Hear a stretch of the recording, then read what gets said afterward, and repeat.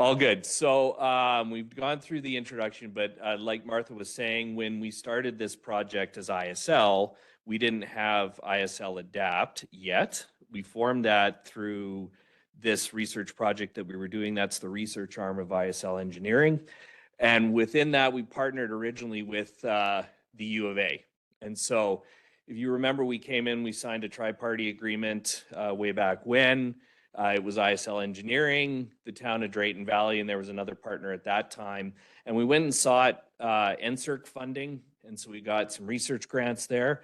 We also got a big grant in the $1 million range from Alberta Innovates, and we started this research project. And the key people that we wanted to pull in, the U of A is a hotbed for artificial intelligence and specifically reinforcement learning.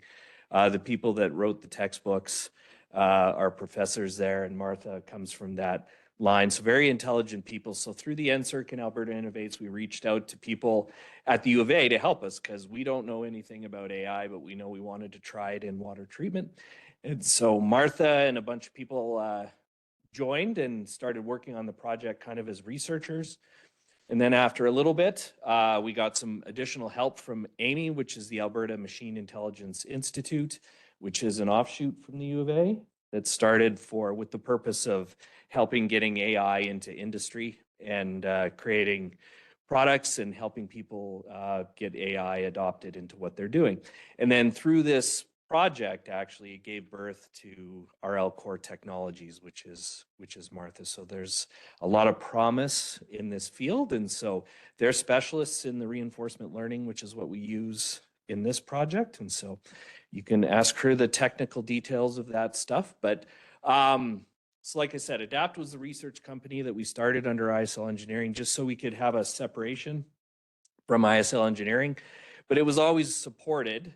So it was myself and Doug Hallett, who you may have seen or heard from. He's our research scientist at ISL. But it was always supported on the process engineering side by myself and my team. And so I have a team of 30 people within the water treatment group at ISL. And so together we did this. So Martha would provide and her team would provide the RL expertise, and then we would provide kind of the treatment side of things and kind of work together on the problems and create the technology. So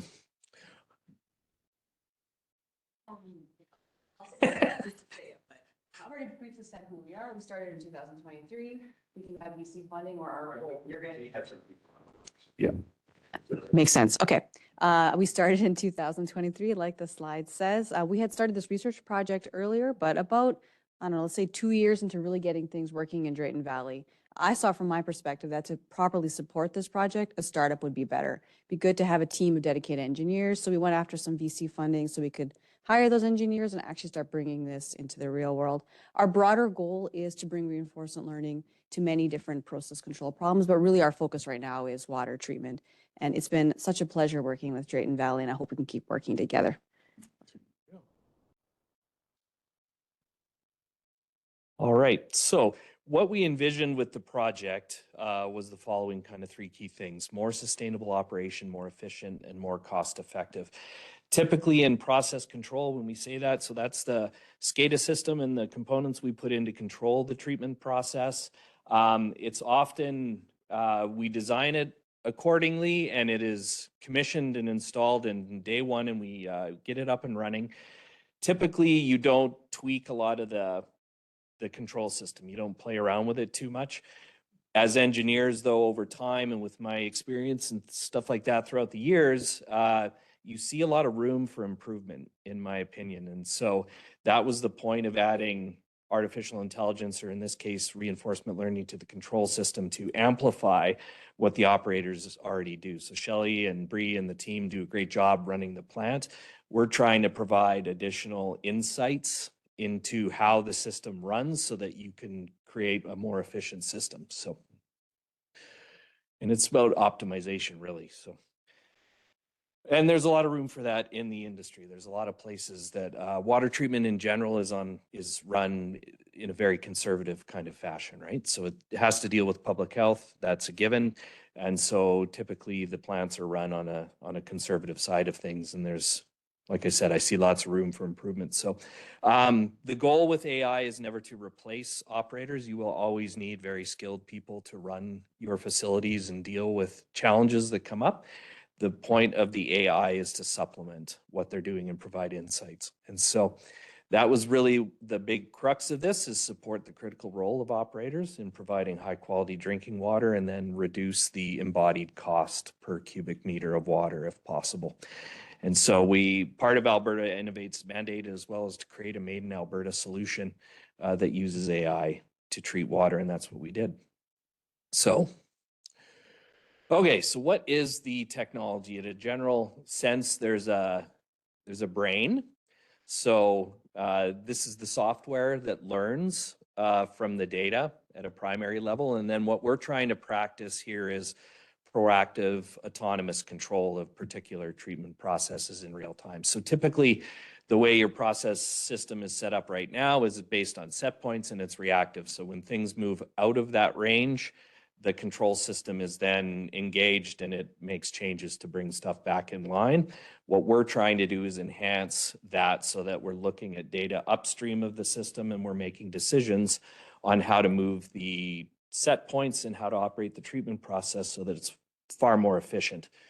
And we'll talk about some of the results there. So, and it's live data and the agent's learning in real time. So it sits there, you have to think of it like a brain. And so then we combine the brain with other sensors and equipment at your plant, such as the membranes, and we added some new types of sensors to the treatment process here to help make good decisions. And you need a lot of data to run AI, and so that's one of the key pieces, is making sure we can do that. So what have we learned? So the research project is wrapping up now. We have the final report that's due to Alberta Innovates at the end of September. We did find we can improve the quality of the water. We did reduce costs and operational demands. And then I left a point here, like Bree, you can feel free to jump in if you want and provide some input. She doesn't want to speak, no problem. Take them for coffee and talk to them about the things that the AI is helping them do better. I encourage you to do that. So I'll talk a bit about results. And so what you see on the screen here is what we're tracking is kind of the key thing with the membranes is called permeability. So you have treatment membranes there that filter the water. And so we're looking at how the permeability, think of it like the ability of the membranes to pass water.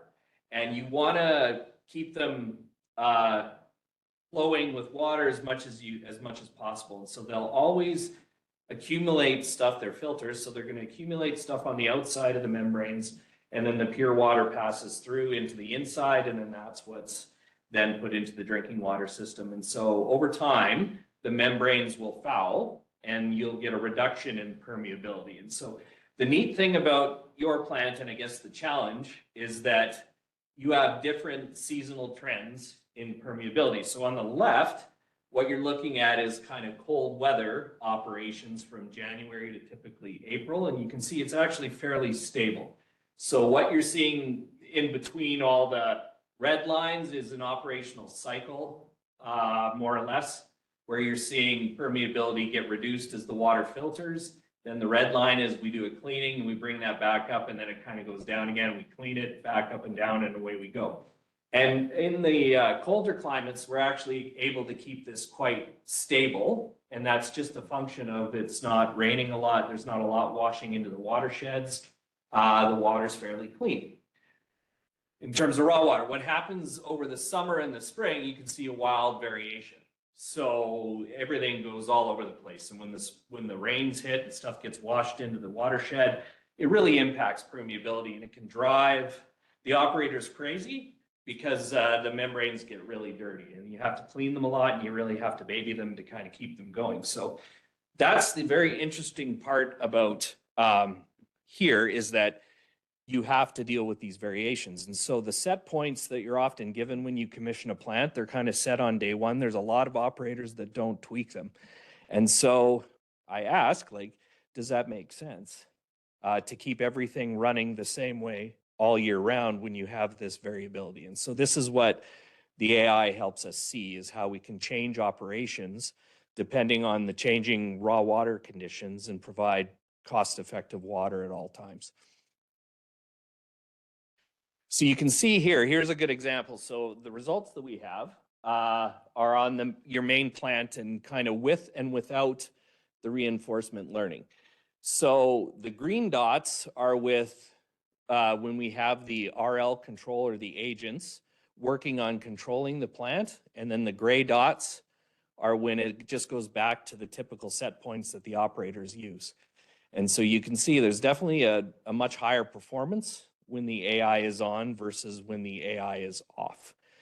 When the AI is running, we're able to maintain the permeability of the membranes in a much higher level on a consistent basis compared to when it's not. And that's not a knock on operators or anything like that. It's just the AI is making more proactive decisions based on the data. So in real time, which allows us to make different decisions on cleaning frequencies and things like that to keep the permeability higher. Here's another example. This is an example of you have two trains in your treatment plant, two big tanks filled with the membranes, and on one of them, membrane tank 1 or the green, we have the reinforcement learning agents working, and in the orange or brown is one of the trains where we don't have AI doing this kind of functionality on it. And so you can see the difference. And this is you have raw water coming in to your plant, and you run kind of both trains throughout the day. And so you can see a difference here, treating the same raw water quality, what the agents can do versus what the regular set points can do. So it's quite clear on the screen. So, and again, there's another example of how the AI tends to outperform kind of the standard kind of set points. So, and again, what it's doing, it's changing frequencies and things like that of the backwash and the cleaning cycles and things like that to keep it higher. The other one of the things that happens at the plant is like your membrane system, you do kind of some different cleanings. So periodically you backwash it, which means you reverse the flow and you send water back through the membranes. That's one part. And during that time, of course, you're not making water, and that water gets wasted, and that's a cost to the town. You then have maintenance cleans, which you do periodically during the week, which involve chemical injection and some washing of the membranes. Again, that's a cost. The membranes are down, they're not treating water. And then you have recovery cleans, which you do periodically. And those are much more intensive in terms of operator input and cost input. Those are typically a 3/4 of a day exercise. You're heating the water to 30 degrees C, you're injecting a lot of chemicals, and you're really scrubbing the membranes and getting them clean that way. And so those are typically done kind of on a recipe type of format, whereas you hit a set point, you activate each one of those kind of cleaning processes at a specific time. What we're finding with and so the plant would typically do that regardless of the water quality conditions. Sometimes operators would, initiate cleans more frequently depending on how things are dirty. But what we were lacking in the way the plant was originally designed was the insight as to what was really fouling the membranes, and then choosing whether or not you needed to do a cleaning or altering the frequency of that. And then we also have agents that looked at your pump control. And so it's interesting because Veolia was the manufacturer of the membrane system, and they provided the pumps, and they provided a lot of the code and the logic into running that system. And what we found was they would tell you in the literature, for example, that for a good backwash on the membranes, you had to have, I'll just pick a number, I can't remember it off the top of my head, but you would have to have, they would say we would need 100 liters a second flowing back through the membranes for 30 seconds. And so when we put some agents and we were watching the actual performance of the pump and the PID control that controls the pump, we were finding that the backwash pump wasn't even hitting 100 liters a second. It would get short of that or close to it, but it would only hit it for 2 or 3 seconds before the pump ramped back down again. So again, like you weren't as effectively cleaning the membranes like you may think you are. And so that's the beauty of the data and the AI, is it can kind of point to some of these things. So we fine-tuned your pumps, and we have AI agents actually working on the PID loops continuously on the pumps and refining the flow and the control for you. And so that's probably factored into why you see better results. Some initial results that we've had, we have calculated kind of these numbers kind of based on standard kind of things, but we're seeing about an 11% gain in or decrease in energy requirements for cleanings, and that's given for a number of reasons. Again, we're changing the frequency of those. Maybe you don't have to dose as much chemical, etc. Big chemical savings on about 75% we're finding on the coagulation system based on how we are dosing coagulant at the plant.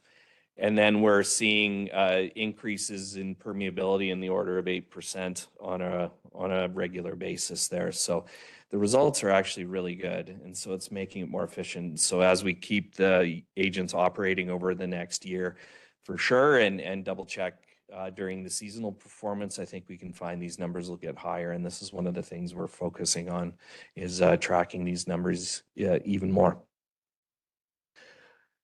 So yeah, you bet.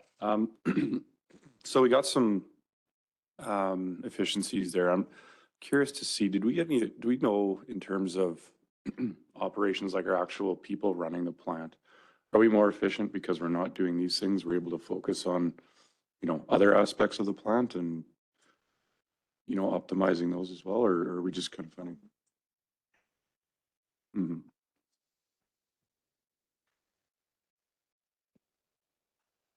Shelley?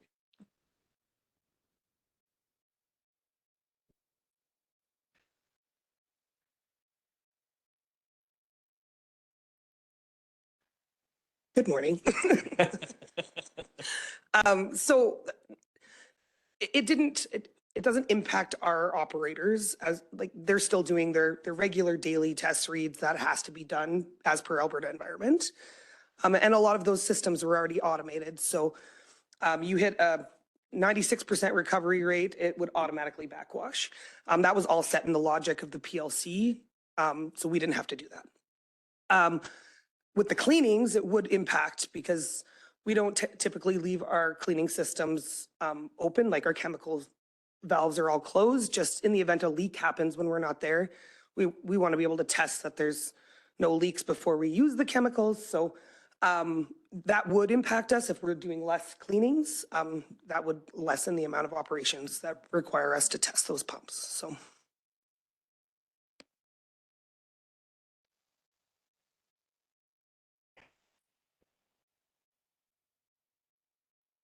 Okay, great. I'll continue. I'm going to go a little bit more deeply into what does it actually look like to deploy this. We're going to pick one specific thing we optimized, give you a sense of how the operators interact with that, and then, yeah, again, be just a bit more specific. So one of the things we did was looked at coagulant dosing. Here, our priority was to meet the UVT threshold for the outlet water. So the operators tell us, we want the UVT to be 95%. And we also need to keep the pH within the specified range. So the system gets given that information, says that's your goal to make sure you achieve those. And our second priority, after making sure you achieve those number one priority things, is please reduce chemical costs after that. And so what's the current approach that's done? I'm going to assume not everyone here is a water treatment expert, but right now the operators do daily jar tests. So they'll actually take this machine here, they'll try different levels of coagulant dosing, they'll simulate the mixing process, and they'll actually see what would the UVT and pH be from this, and then they'll decide on the coagulant dosing based on these manual jar tests. Okay, so you can only do these jar tests so frequently. You can't have operators doing this every 30 minutes to constantly be adjusting the coagulant dosing. So here the idea is that the system could actually continue to adjust that throughout the day, just using whatever sensory information is on the system. So the idea here is that the operators, of course, like Shelley mentioned, still have to, thank you, that's helpful. The operators still have to do these jar tests in the morning. So the operators are going to go do those jar tests. They're going to tell the system, okay, this is what I think the coagulant dosing should be for the day. And then the RL agent, the rest of the day, is going to try to adjust the chemicals to achieve those targets that I mentioned. So priority one, meet UVT and pH targets, and then priority two, try to minimize chemical costs. So this is really a cooperative operation because the operators say don't deviate too far away from this coagulant dosing that the jar test has said, but then the agent can do that frequent adjustment that operators just would not have time for.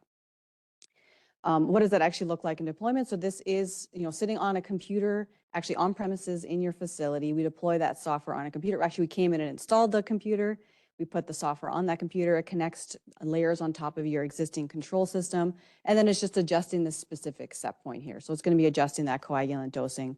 And the observations at sea, so it's going to change the dosing once every hour. We decided on that frequency based on conversations with Jason and with the operators. And then otherwise, though, it's actually monitoring the system more frequently. It could be as frequent as every second, but that's kind of unnecessary for how fast these systems change. So it's monitored every 5 minutes. And we're always looking at what is the current UVT on the outlet, what's the permeate and what's the pH. One of the key things, this is very important that we keep guardrails on our system. So in addition to the operators telling the system, this is a good dosing rate to start with, there's also a range that the agent is actually allowed to change the chemical. So it can't just arbitrarily change the chemical to be high. It has to actually stay within some narrow range that's specified by the operators. And otherwise, there's also an alarm if the UVT is actually starting to get too far away from the desired set point. So it's always important to add these extra guardrails around these automated systems. Okay, so let me just give you a sense of what actually happens. So now you can just imagine there's a computer there. It's actually starting to change this dosing rate every hour after seeing that input given by the operators. And this is an example of something that could occur. So in this first little outline box, I'm just going to tell you what these lines are. On the y-axis, we have how much dosing is actually being done. X-axis is time. And the green line here is what the agent says the coagulant dosing should be. And the red line is what the operators have inputted as the dosing set point.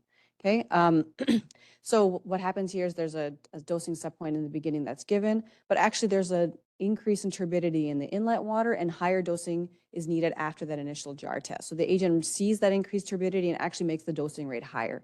So you'll notice in this first outline box, the green is actually higher than the red. It's increased dosing because it needs to for that, real-time change in water. Then for a chunk of time, it actually just doesn't change what the operators have given. That was a good dose to keep. That's what essentially keeps the dose at. And then later in that second outline box, you'll actually see that the green is lower than the red because the dosing rate set by the operators is actually just a little too high. You could make it a little bit lower and still achieve those desired targets based on the current water properties. So you see that that's where it can actually minimize the chemical costs. That's where priority 2 comes in. It's able to achieve UVT and pH. So then at that point, it starts to try to reduce chemical costs. Okay, so you can see it's not doing something totally different than what the operators are doing, but it's sort of fine tuning on top of what the operators are doing. Something like an operator assist, or this is an operator assistant. Okay, that's all I'll say for that. If there's no questions, I'll hand it back to Jason. Go ahead, Amila. Oh, thank you. Good morning. It's very exciting to see the results of your research there. Just wondering, thinking a little bit of a bigger picture where this is, I guess, you're using localized sensors and all that pertaining to our location, right? That's right. For, to achieve real AI capabilities, I think if it is learning from other areas or other centers as well, I think that will bring more information to your system. Is this IR kind of connected to other locations as well? And are you bringing more information kind of in a connected way, or is it just localized here? Great question. It is all localized here. So for all the work that we have done, each site, we just look at whatever the historical data they have. And then maybe the most important is actually that real-time data site specific, because each site is so different. So tailoring to each site is right now, I think, much more important thing to focus on than figuring out how do we take all this heterogeneous data from, let's say, all the ultrafiltration systems and try to leverage that to get better, let's say, backwashing. I do think that's another interesting thing that could result in a good starting place, and then you would become site-specific after. But right now we have found that it can actually adapt pretty quickly site-specific just using site-specific data. And there's a lot of simplicity in doing that. Actually, you don't have to share data. Each site knows that there isn't something odd about other facilities that are coming to their facility. So there's a simplicity to making it site-specific. But nonetheless, it's a good point. Maybe in the future, that'll be something we'll do. It's on my bucket list. Right. So I love the question because when you think about it, like you guys are on the North Saskatchewan, maybe I'll go to the mic, right? You've got several communities upstream, you've got several communities downstream, you're all treating the same water, you're pulling it out, treating it, putting it back. Part of what we had envisioned at the start of this, and we didn't we didn't get there, but it's part of the vision ultimately for where this could go would be linking facilities together so you understand what's happening in Rocky, for example. You can see what's going on. The other thing that we've been doing is Doug Hallett has been participating in the watershed groups. So all the watershed monitoring that EPCOR does and looking at the stations up way up in the headworks or headlands of your watershed about even snowpack, looking at meteorological forecasts, that sort of thing. Like for sure, I think you can bring that data in eventually to understand what happens. So it's always curious to me. I like to go on and look at the analyzers shortly after we get big rains or things like that and see what's happening. When you look at, for example, forest fires and things like that, you see a lot of surface waters are changing now because of the chemicals used to fight forest fires. There's PFOS, PFAS in there. The water chemistry is very different now. And so having the ability to predict that is a really good thing. And I do see like systems approach on watersheds where this is very valuable, right? So if Drayton says, hey, by the way, I had to tweak my coagulant because I'm seeing a spike in organics, people downstream, those plants could prepare themselves accordingly, right? Make sure that they have coagulant on hand, that sort of thing. They kind of do it in this watershed working group just by kind of chatting, but they're not using real-time data specifically, so. What was the most exciting about this project is our biggest challenge was the shift in the water quality and how quickly that can happen, and us being able to catch it quick. So when you go home at night and you come back the next morning, that water has changed substantially, and you're now trying to chase fixing the problem, right? So with this, it gives us that ability to make those adjustments quicker and yeah, keeping quality much better. Okay. No. And be proactive. Like you can see trends in the data before there needs to be a change at the plant. And that's the key. That's the key thing. So. No, totally understand. I guess the second question I have, when we do a project like this, of course, the results is very promising. The next step is looking at efficiencies and productivity, right? So when we get more information throughout the year, would we be able to make some tweaks on that front as well? Yeah, and we'll talk a bit about our thoughts on next steps as well. I think there's a lot more we could do. Every time we figured out a solution and worked on a problem, I was like, oh, but then I just add 10 more to my list of things I would like to look at, right? So anyways. Okay, thank you. You bet. Where was I? That one. So just a quick update on ISL Adapt. So now that we've kind of completed the research project and we're kind of out of that vein and we've got a product here, it's working on your main plant, there's agents deployed, we're getting real-time results. The Alberta Innovates is coming to an end. What we're doing with Adapt is we're kind of parking it for now, and it makes more sense for us as a company, as ISL, to have the technology under ISL Engineering just because of the nature of what we do in terms of servicing municipalities on water and wastewater treatment. So we plan to still maintain all of our partnerships that we have with Drayton Valley, with RL Core, et cetera, but ISL Adapt as itself will kind of go dormant and quiet over the next little bit. And we're going to focus on what we've got deployed here and then talk and promote that accordingly. So I just wanted to provide a quick update on that. It doesn't mean that we're abandoning the tech or anything like that. It's just the entity that kind of is working on it is shifting a little bit, but it's the people are the same. So I just wanted to make that clear because you'll probably hear announcements from ISL Engineering referencing ISL Adapt, but not coming from ISL Adapt directly. We want to keep that as the research side. This is now moving into focused business use and that sort of thing. So, okay. And I will still support you through engineering, ISL Engineering, like we always have. I'm always a text away, as Shelley and Bree can attest. So anyways, we're not going anywhere. So, okay. Any questions on that? Cool. All right.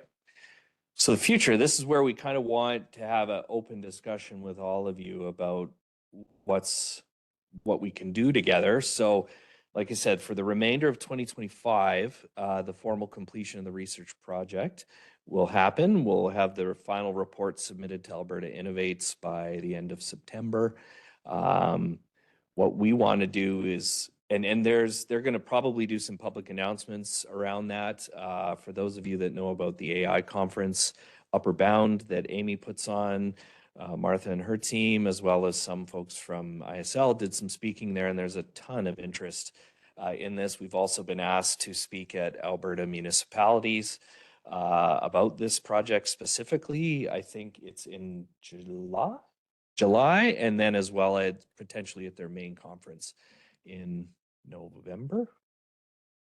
I think so. But for 2025, we're going to obviously keep everything running there so we can continue to collect data and continue to support Drayton Valley, and you guys can take advantage of what's there. And then we're going to use the remaining time for this year to obviously have third-party interest in kind of promotion and that sort of thing now that we have good results, et cetera. So what does that mean for like the Center of Water Intelligence and Drayton Valley? So we wanted to have a chat about your expectations from the town, because we're open to all sorts of things, I guess, put it that way. So what kind of goals and what would you guys like to gain out of the fact that this was actually the first of its kind in what we did?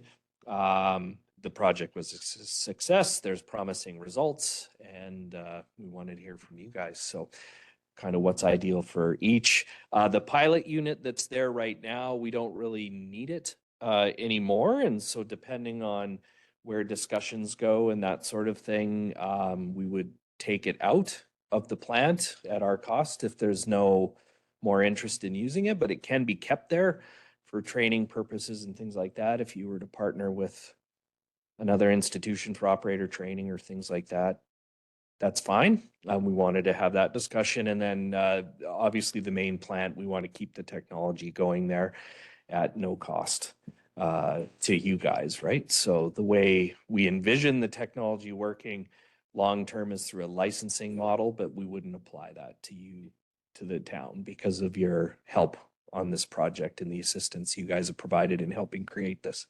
So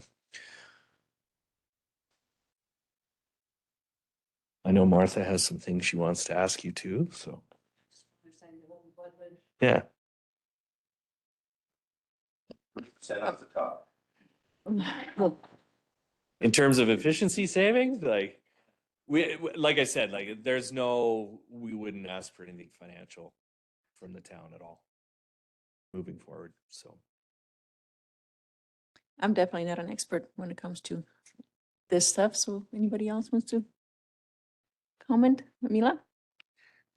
I'll try to. I'm not expert either, but It sounds very complicated to me, trying to take notes, but from a technological perspective, I guess when we introduce technology or when you do research, I guess the bottom line is, like I said, to increase efficiencies, productivity, as well as the quality of the product, right? So I think we are achieving the quality of the product increase very much, promising results that we have.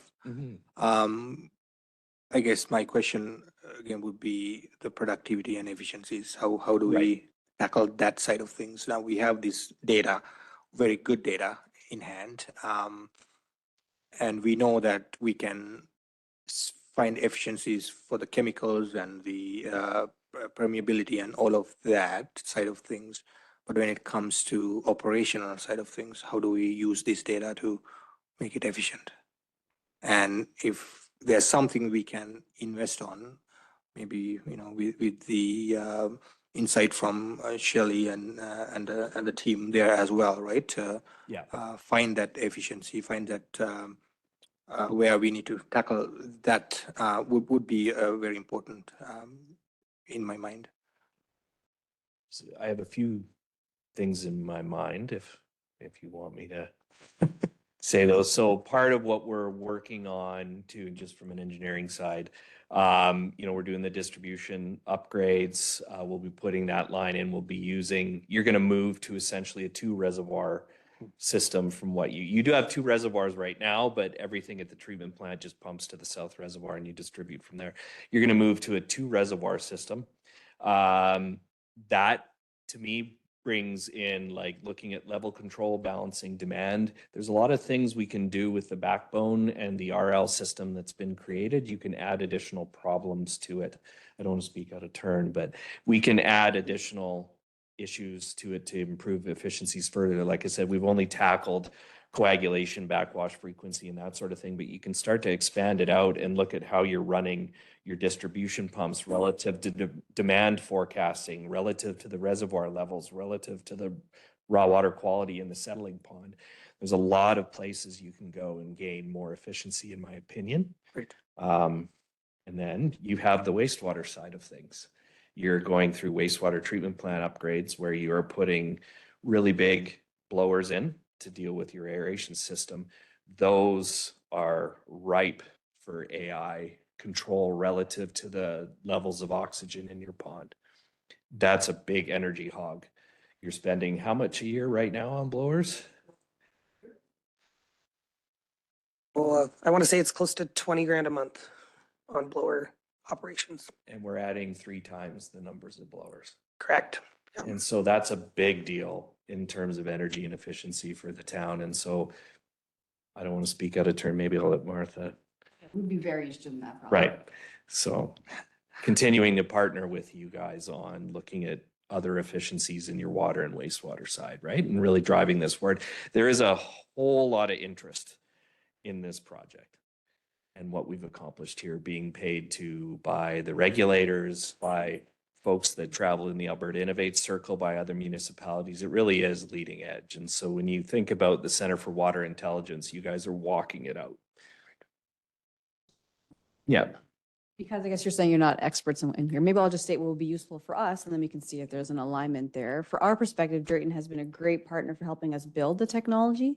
And then, and hopefully also we bring you value. And for us, continuing that kind of relationship will be wonderful. So if we're going to expand now to, let's say, jointly optimizing coagulation and backwashing, we've actually just done those things independently. We might be able to get more savings by doing that jointly. So for us, the next step will be to, move on to that next step of the project. Once these pumps are installed, then also helping with wastewater energy reduction there as another use case for us is a great way for us to build our technology and again, hopefully bring you value. So continuing this kind of development partnership for us would be ideal if that was of interest to you. I'm not saying you have to decide that right now, but just stating out loud what's good for us. Thank you. Colin, you have go ahead. Yeah, I think all too often we're waiting for that, and we would like to see this amount of money from you. So it's nice to see that you guys are willing to work in partnership without asking for money.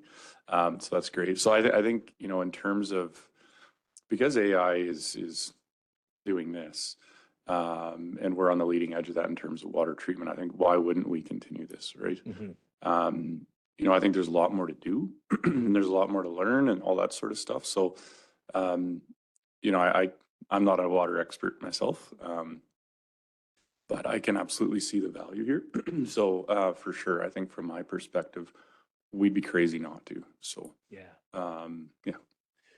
The one distinct advantage you have is there's a lot of people that talk about using it in industry, but they don't have deployment sites. You literally have it working here and providing real-time results, and it's hard to beat that. And so when people go, well, can I come to the plant and can I see it in action? That sort of thing, for sure. We would love it if people showed up here and we were able, actually, they don't need to show, because all they'll see is a computer, but because it kind of runs behind the scenes. But we wanted to get a gut feel from you guys on, if you're willing to do that, and it sounds like you are, which is great, there'd be communications and things like that we would have to roll out, and kind of that sort of thing, like who to talk to, how to talk about it, that sort of thing, what the partners are and all that sort of stuff, and prepare you guys to have conversations, because you can probably expect a lot of people knocking on your door going, what did you do here and can I see it? So. Is that all? Yeah, okay, go ahead, Emil. Thank you. No, I agree with Colin's comment there. Just wondering, has there been any other pilot projects? So in Alberta, or this is the only one? At this kind of scale, this Right. was the only one. Yeah, not an ultrafiltration drinking project. Okay, okay, We, I mean, our. right. I guess, yeah, no, putting this, I guess, good news out there, right? Like you mentioned, there will be lots of interest when they get to know about the improvements that we've done. Yeah. I think, there's support from Drayton Valley. I mean, this is a pioneering project, so Mhm. why not? Like Colin Yeah. mentioned, right? So to put it out there, as well as celebrate this. On top of that, if there's any opportunity for us to train other municipalities, with this kind of project, right? So if there's that kind of opportunity there, maybe we should explore that as well. Thank you. Yeah, good point, Amila.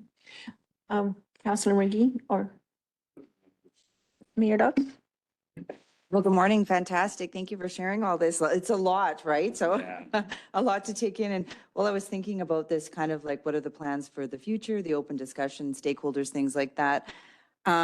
So is there a way we can get the Coles notes or the comms piece for simple language that Correct. we as the counselors can be putting out there and kind of sharing this?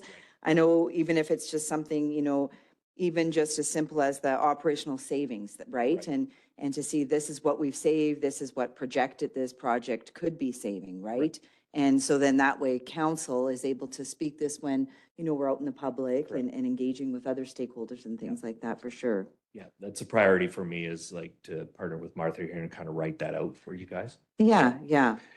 AI is often misunderstood too, and we want to kind of provide some nuggets here so you can speak to the type of AI we're using here and the difference between this and ChatGPT. It's Yeah, exactly, right. And the benefits and that it's not going to take away jobs and that, 100%. and then I guess like we talked about celebrating, that we have this excellence, in water treatment here and how we're kind of engaging partners to expand on that and to save and all Right. the wonderful things about it. Exactly.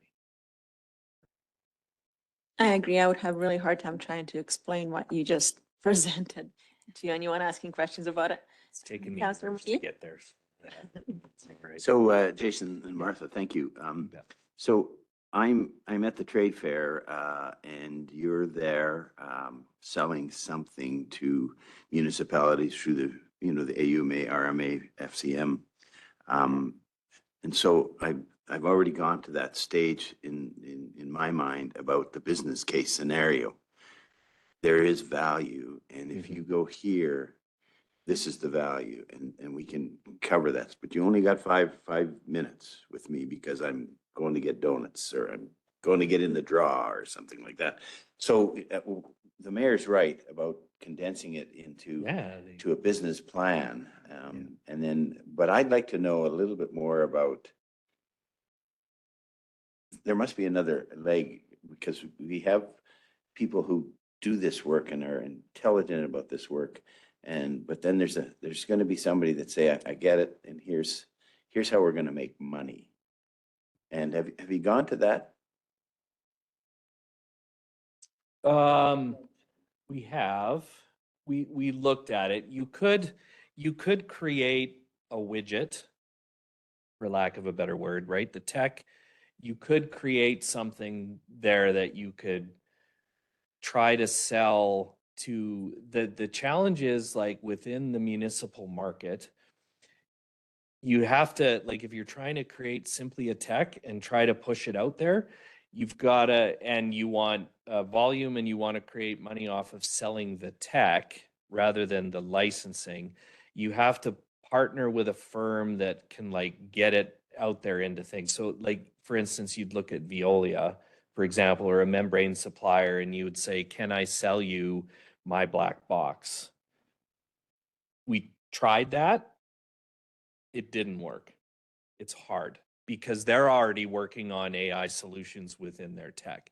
So the business proposition relative to municipal circles, in my mind, is for municipalities. It's if we can start to save you.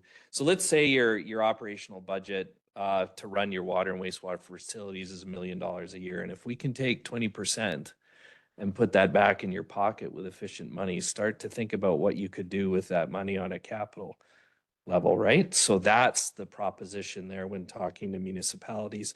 The advantage that Martha as our LCOR and we have as ISL is we've figured out how to do this.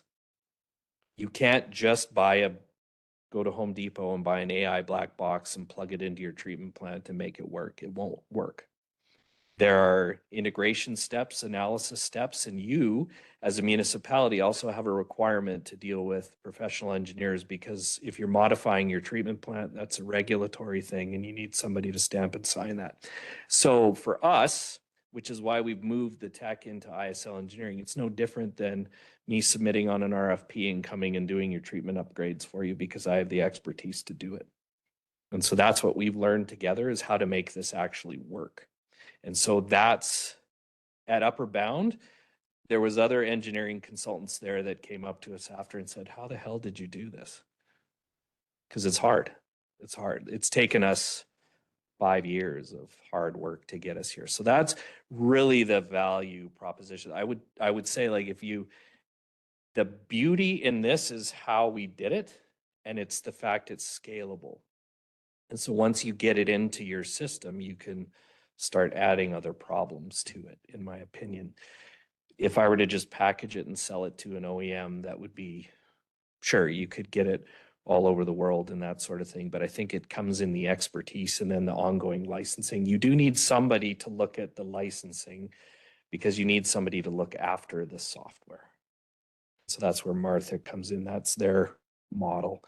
And none of us patented anything. It's all trade secret is our approach. I'll just add a little bit more about the, sorry, Jason. There's a step there? There is. Yeah, I mean, of course, we are two different companies, so I suppose we have different business models. But one of the strategies we have wanted to take is we are the reinforced learning experts. We're creating the software, and as much as possible, we want to democratize this solution. So we want to get that into the hands and empower others to deploy that software. So our in-house focus is very much, how can we create a relatively general purpose software where we draw the outlines of where can you deploy this software, these types of water treatment problems, these types of wastewater treatment problems, and then have an interface where someone like Jason or other process engineers could actually configure that software for deployment in their plant and to multiple processes within their plant. So we're handing off the integration and using the knowledge that that expert has for their facility, and we're focusing on what we do best, which is that software creation. And ultimately, we are going to have a licensing model. And right now, we're still on the steps towards getting there. Right now, we need to play quite a big role in the configuration of the software because we understand the software itself, and we don't have this very easy to use interface yet. We have an interface. I'm not saying it's there yet, though. And ultimately, we want to start drawing that line where we know less and less about the process, so we don't have to become experts in every single process. And slowly, we can hand off that configuration to the experts. That's our ultimate goal. We're working our way there. Outstanding answers. Thank you. Shelley and Bree, anything to add? This is the anecdotal part. Yeah. What does it really mean? No, I'm good, thank you. Okay. You're supposed to say how great it is. Oh, it's amazing. It's fantastic. Yes, definitely sounds like it. It was really great working with you guys on this project. It was interesting. And the best part is now when people see the Center for Water Intelligence, they kind of know why we drove that name. Want me to change it? Is there any other questions? No? Right, that was very informative. Thank you very much. I don't see a motion. Do we accept it as information?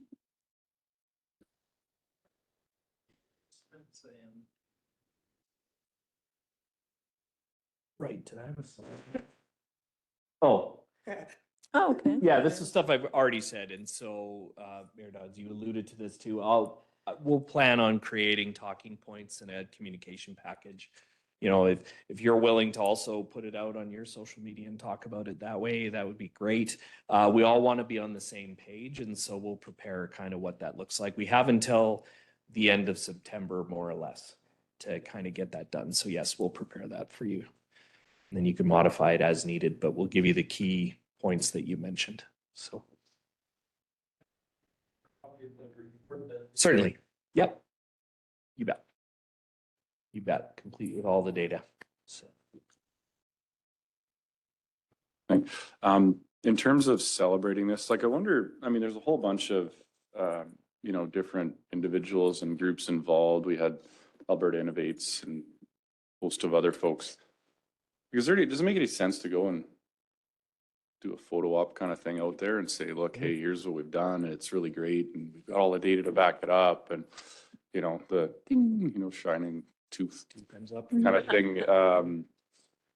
Does that make a whole lot of sense? I think it does. I mean, this is something the town should be celebrating as well as both of your guys' entities. So I always look a party. Yeah, Just a thought, just a thought. AUMA is giving out awards. I want to see your guys' picture up there. Yeah. Happen. Good point.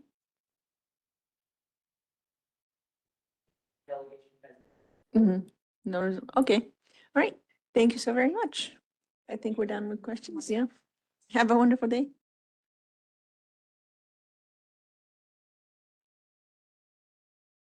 Okay, I'm getting okay, we'll take a 5-minute break.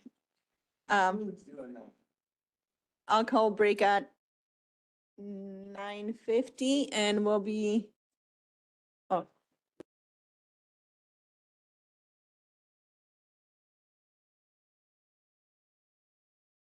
Come back, everyone. I'll call the meeting back to order at 10:09 and we will move on to administrative items and we have responsible pet ownership bylaw text amendment. Cody? Yes, good morning, everyone. So I've got a couple things on the agenda today. The first one is the responsible pet ownership bylaw text amendment. So I'd like to have a quick discussion regarding our current responsible pet ownership bylaw, some proposed amendments, and then kind of those next steps. So we've got a fairly new bylaw in place. In 2023, the responsible pet ownership bylaw was passed. That kind of deals with animals within the community. Since then, the bylaw has been challenged in court. We've had success so far with the sections that have had to go to court.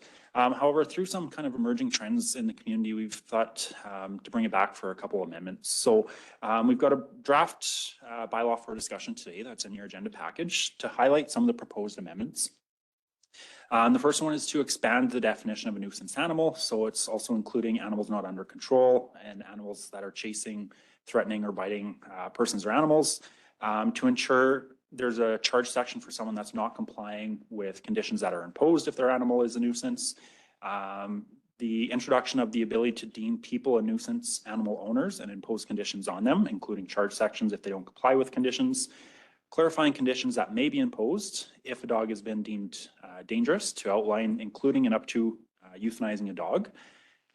This is at the suggestion of our legal advice. To include a mechanism in the appeal process if you are deemed a nuisance animal owner and don't agree with any of the conditions imposed, and to increase some fine amounts in a couple of sections such as animal bites and attacks, dangerous dogs, bites and attacks, and failed to confine animal as required. So the main purpose for the amendments that are being proposed is the ability to, I guess the contentious one, if you want to call it that, would be the ability to deem people nuisance animal owners and to impose conditions on them. So this is something where through the research that I conducted, as well as in discussions with our legal opinion, this is not something that we could find anywhere else in Canada. So it would be something where Drayton Valley would kind of be on the leading edge of that. With anything brand new, obviously there's some risks that do come with that, especially because there is no previous kind of court precedences or case law that's set on something like this. When this kind of came up and how this came up is we've got a number of individuals within the community where their animals are causing issues within the community, but they're not keeping their animals for a long period of time. So for us to deem the animals a nuisance, the animals are kind of coming and going for a short couple months at a time. They get a new animal and we keep having these issues again. So this option would essentially start being able to impose conditions on the animal owners, not so much the animal. If the animal's not staying in the community, kind of hard to keep that animal nuisance. So through conversations with our legal, as well as through research, this is something that through the Municipal Government Act, we can impose on. Like I said, there's no previous legislation that we can kind of rely on for that. But again, I think this would be a good tool for some of those one-off cases. It's definitely not going to be every person that we have an issue with is going to be deemed a nuisance animal owner, but it does give those, for these kind of one-offs, these unique situations, the ability to kind of deal with that. So yeah, that's kind of the rest of the changes that are proposed are kind of in line with other municipalities. So there's kind of no huge changes on that one. So we do have the proposed text amendment bylaw in front of council. And then we do have what, if it was passed in its current state, kind of a red line of what the new proposed animal control or responsible pet ownership bylaw would look like. So subject to that, looking for kind of some thoughts, opinions on that. And following up to that is we would be looking to move forward, I believe, to the July 2nd council meeting. I believe, in short order, in any event, to bring this forward, the text amendment for all 3 readings on one day if possible. So. Thank you. Is there any questions? Tom? So, Mr. Rossing, we had a situation arise a while back, and I think it got handled. I'm not sure how, but so does this give you even, a greater opportunity to handle a situation that happened just in the past?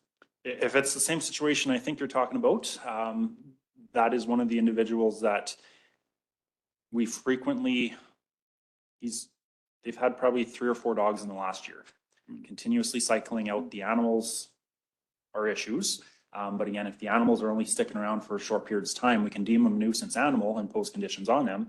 They just get rid of that animal, a new one comes in, and now all of a sudden we're trying to deal with that again, and we got to start from step 1 kind of thing. So this nuisance animal owner provision allows us for those specific situations like that. We've actually got we're not kind of having to start back at step 1 every time. We're able to kind of go, you as an individual or a sucky animal owner, here's some conditions that are being imposed. And it's quite broad on what we can do at this point. Like we're not proposing to put into the bylaw specific things that we can impose. It would be kind of situation specific.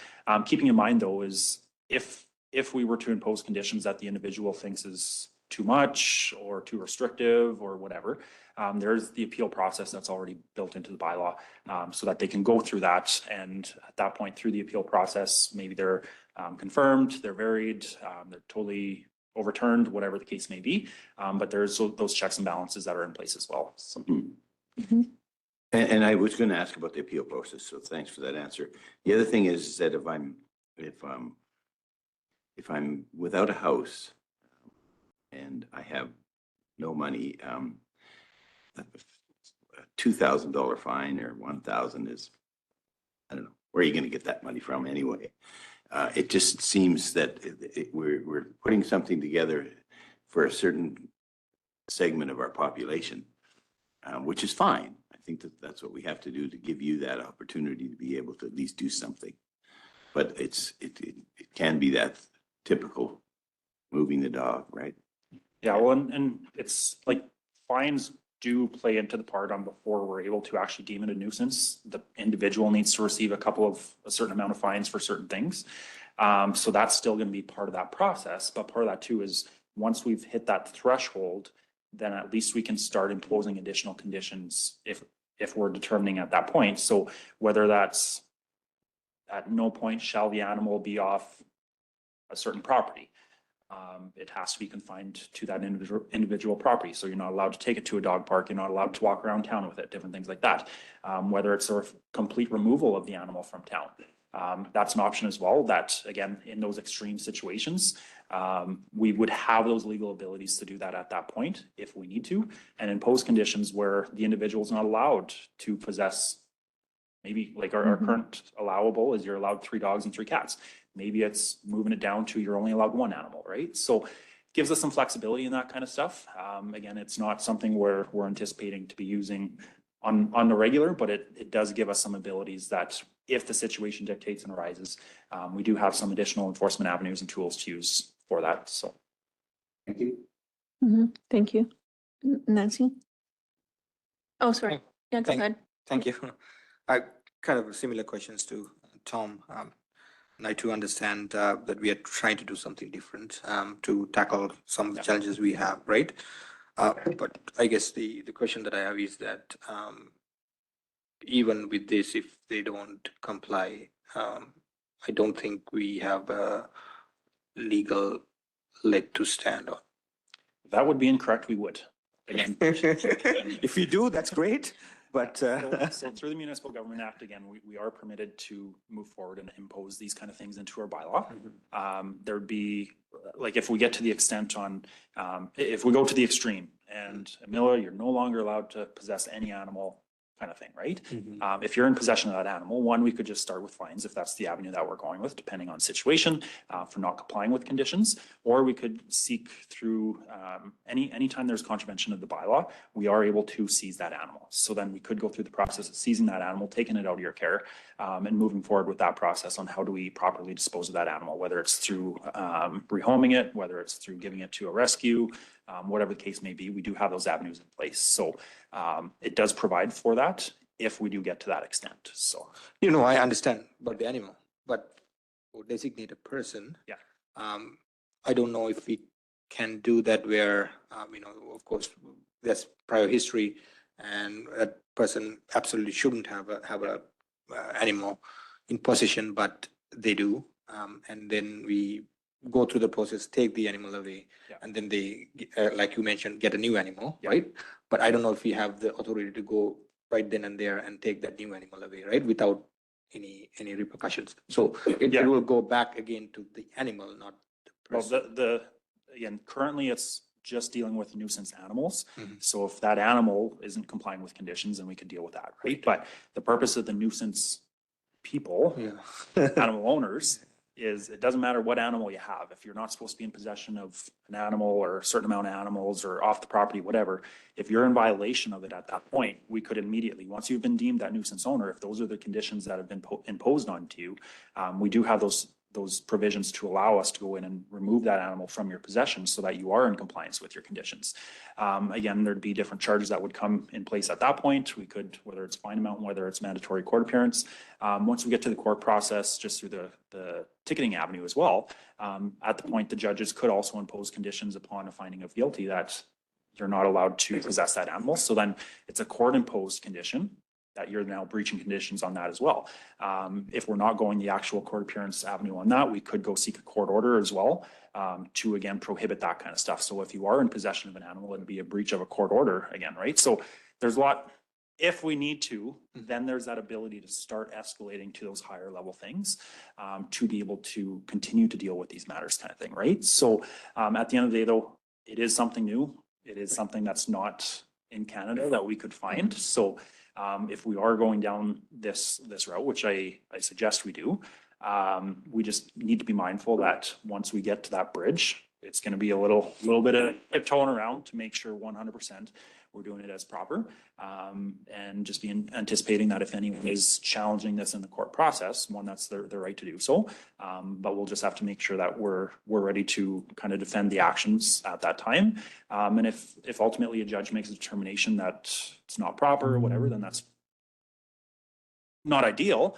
But at least then we've learned something. We can come back to the drawing board, and is there any changes or amendments that we need to do at that point, so that if we come back to this similar same situation again, now we've got some precedents that's been set, good or bad, what are we doing at that point? So. Right. One final question. Has this been implemented in any other municipality, or this is the first? No, Drayton Valley would be the first, so. Okay, thank you. Thank you. Any So thoughts? these amendments are only being created in regards to the nuisance people and animals?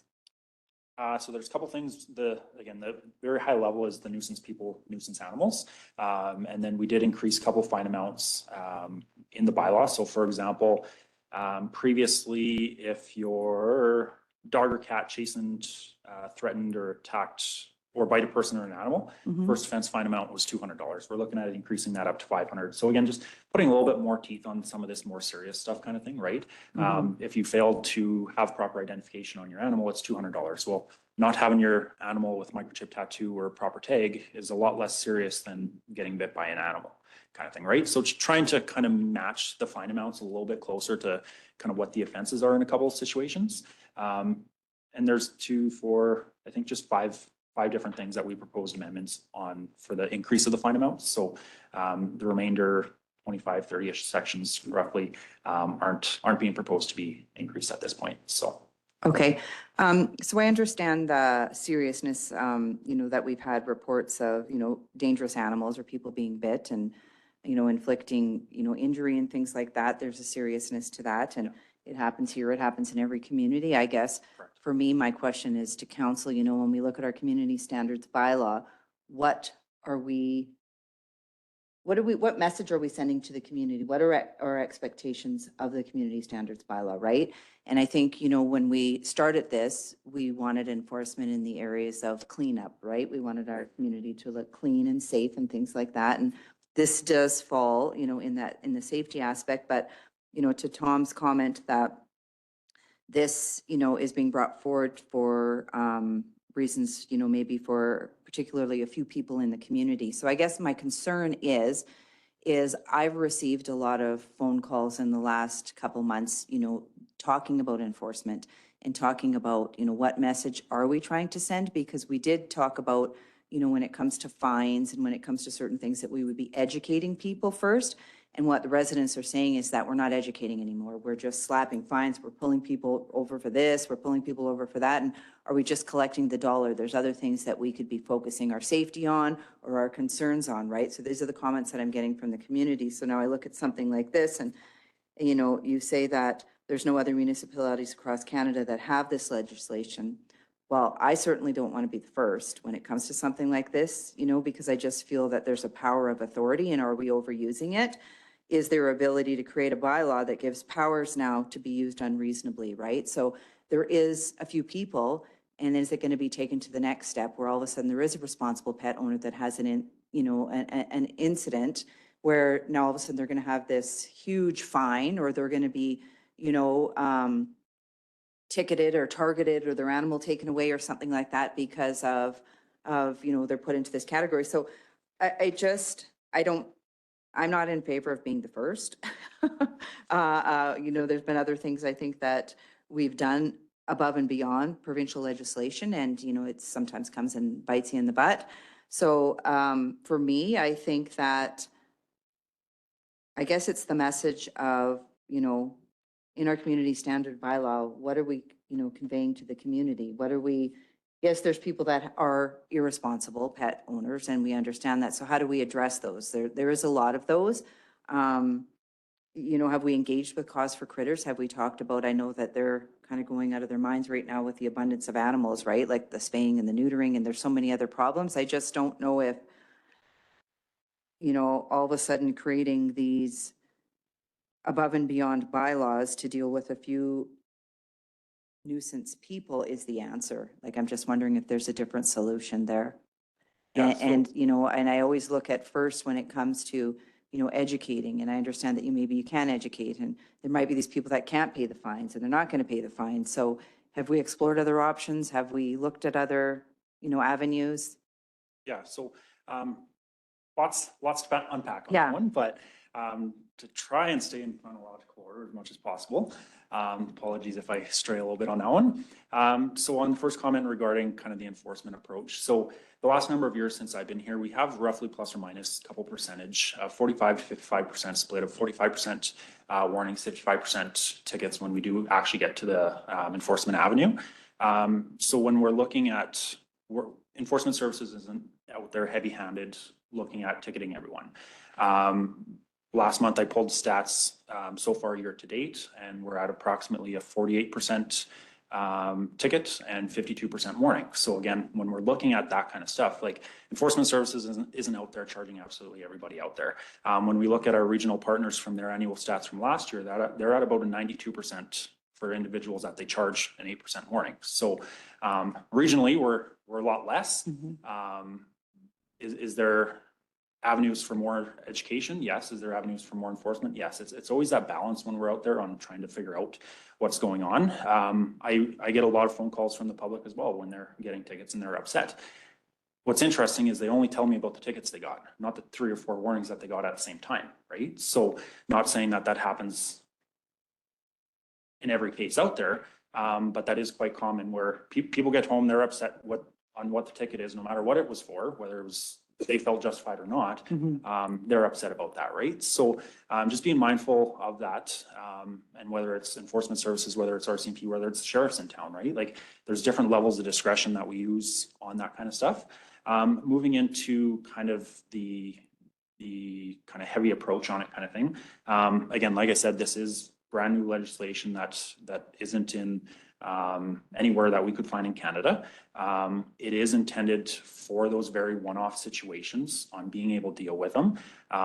The scenario that Tom mentioned a little bit earlier there, as well as a couple others that we've had in the last year or so, like it's very much, this is their bylaw, this is what we can do, and that's it, right? So especially with the individuals that are rotating through the animals every couple months, we go through the process.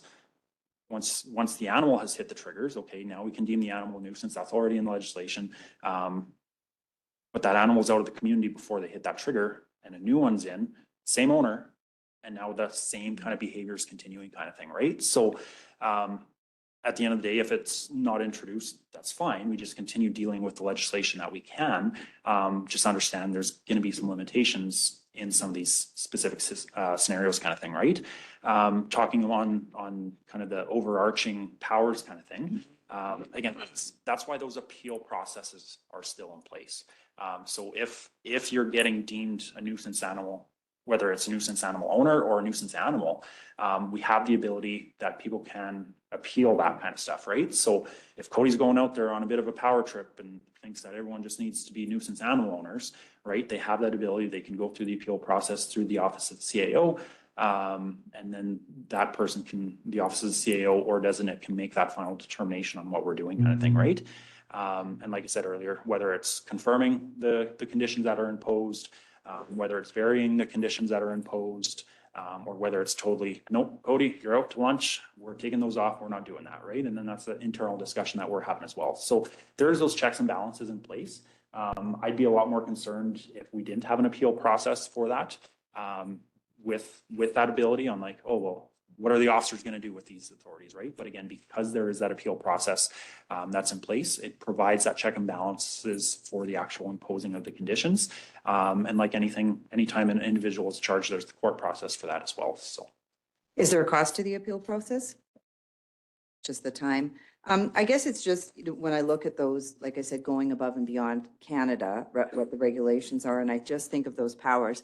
You and I have both been in a situation where we went to a house where an animal was being, or animals were being accused of something and it wasn't, right? So I think I worry about that authority or that power being misused in a situation where it's not true, right? So there are a lot of instances that we get that. So that's why I think I worry that there's a bylaw like this now, and it just gives that level of authority that could be overused in a situation that it isn't necessary. well, and that's where we have, like, anytime we get a complaint, there's an investigation that's done, right? So to hit the trigger point to be deemed a nuisance animal or a nuisance animal owner, you need to be charged with a number of these different offenses, right? So one, there's an investigation that needs to be undertaken before we get there.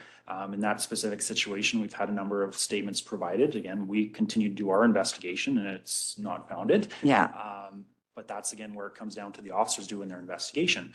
And then through that as well there is the oversight that we have from the province when it comes to our peace officer program. So when through that is every officer investigation that's conducted, it has to have a supervisory review. So of every investigation that my officers undertake, I have to review that file and make sure that they're doing what they're supposed to do. And if not, then is there just need to rework it? Did they totally step out of bounds? Well, now we have a performance issue that we got to deal with.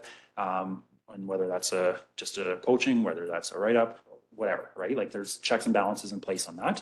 Then for my sake, Tom has to review my files and make sure that I'm doing what I'm supposed to do as well, right? So in this situation, it hasn't been developed yet because we haven't, the bylaw is not in place, but what I would be doing if this bylaw was to be kind of passed kind of thing would be moving forward with creating internal processes. So if the officer feels that Johnny needs to be deemed a nuisance animal owner, you internally need to come and make sure all this is checked and balanced. And I'm going to take that authority away through policy to the peace officer on that needs to come through the chain of command to make sure that we're actually checking the boxes. We're making sure, did we do these investigations? Did we lay the charges properly? All that kind of stuff as well. So again, there's going to be some internal processes that if this is passed, we're making sure that kind of stuff is also done before we go to that. Like I said, I don't think this is going to be used frequently.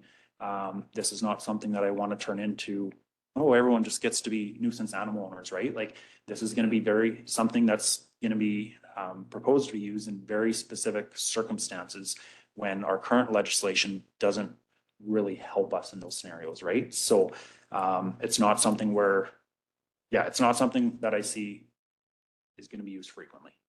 Rather than change the bylaw, could you not just include a definition that you could use for, like you said, that could be used in specific or certain instances for that nuisance animal owner?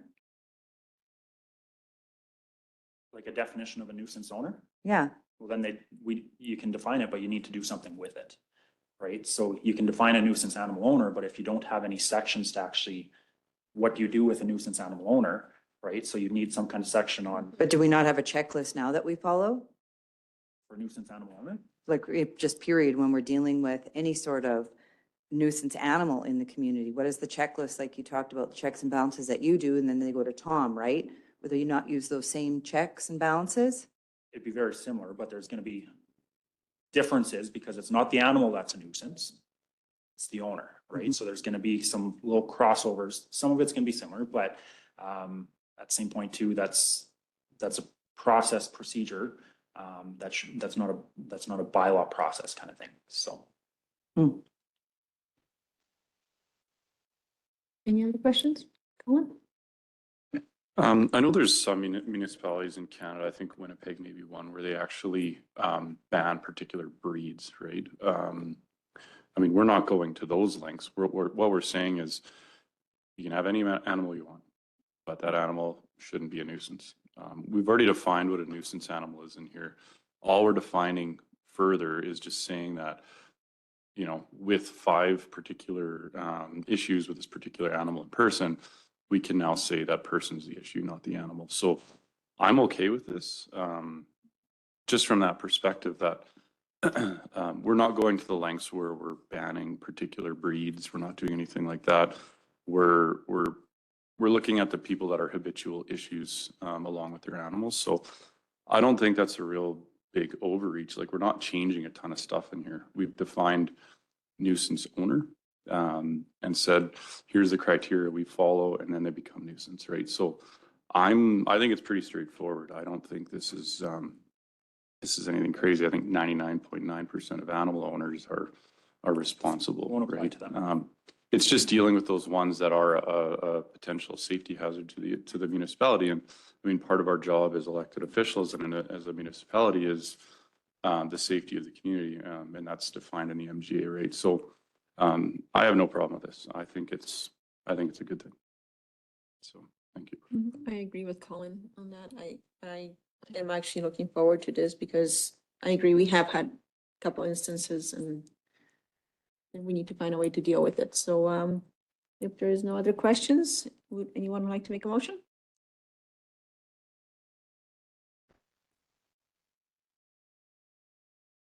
Thank you, Colin.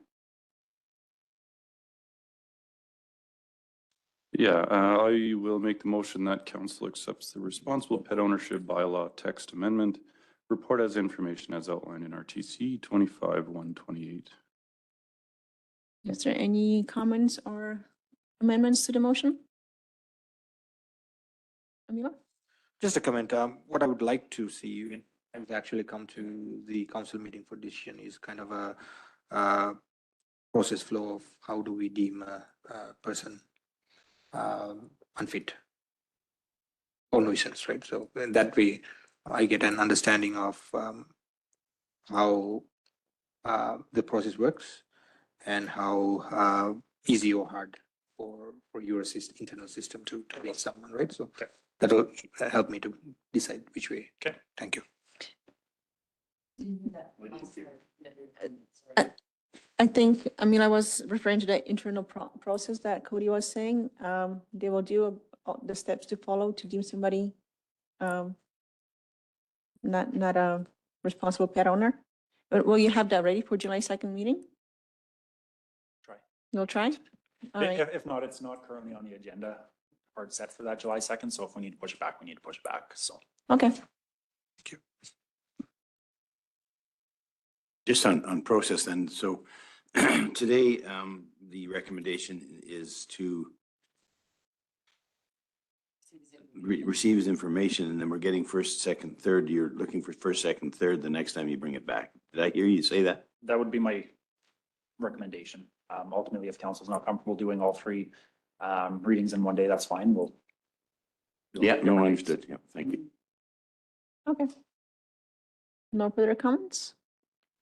So who's in favor of the motion to accept the information? Okay, passed. Thank you very much. We will move on to Community Standards Bylaw Text Amendment 2025-03P. Cody again? Correct. So moving on to the proposed amendment to the community standards bylaw. So in 2022, we implemented a new community standards bylaw in the community. Since then, Enforcement Services has been working through the bylaw to kind of get it enforcing the provisions of it where possible. However, as kind of things continue to change and emerge, we've brought forward a couple of amendments for consideration and discussion today. With this, so very high level of the proposed amendments is amending the definition of peace officer. So since the bylaw was initially introduced, we used to fall under the Solicitor General. Now we fall under the Public Security Emergency something division. So just trying to take it out a little bit more from the actual department. So every time that they change, we don't need to worry about that and just put it under defining as peace officer who's appointed under the Peace Officer Act. Add a requirement that not have to cut your grass or vegetation if you're in an area designated as a residential acreage, if it's actively being used for agricultural purposes. So it's currently only for urban reserves. So we'd be looking at kind of expanding that. We've got a couple areas kind of more on the north edge of town. What is it? Mitchell Drive, I think it's called, where these would kind of fall in there. I'm going to skip that one and come back to it because that's an important one. Remove information for existing structures that were deemed unsafe. Ties into the one above. Stand by.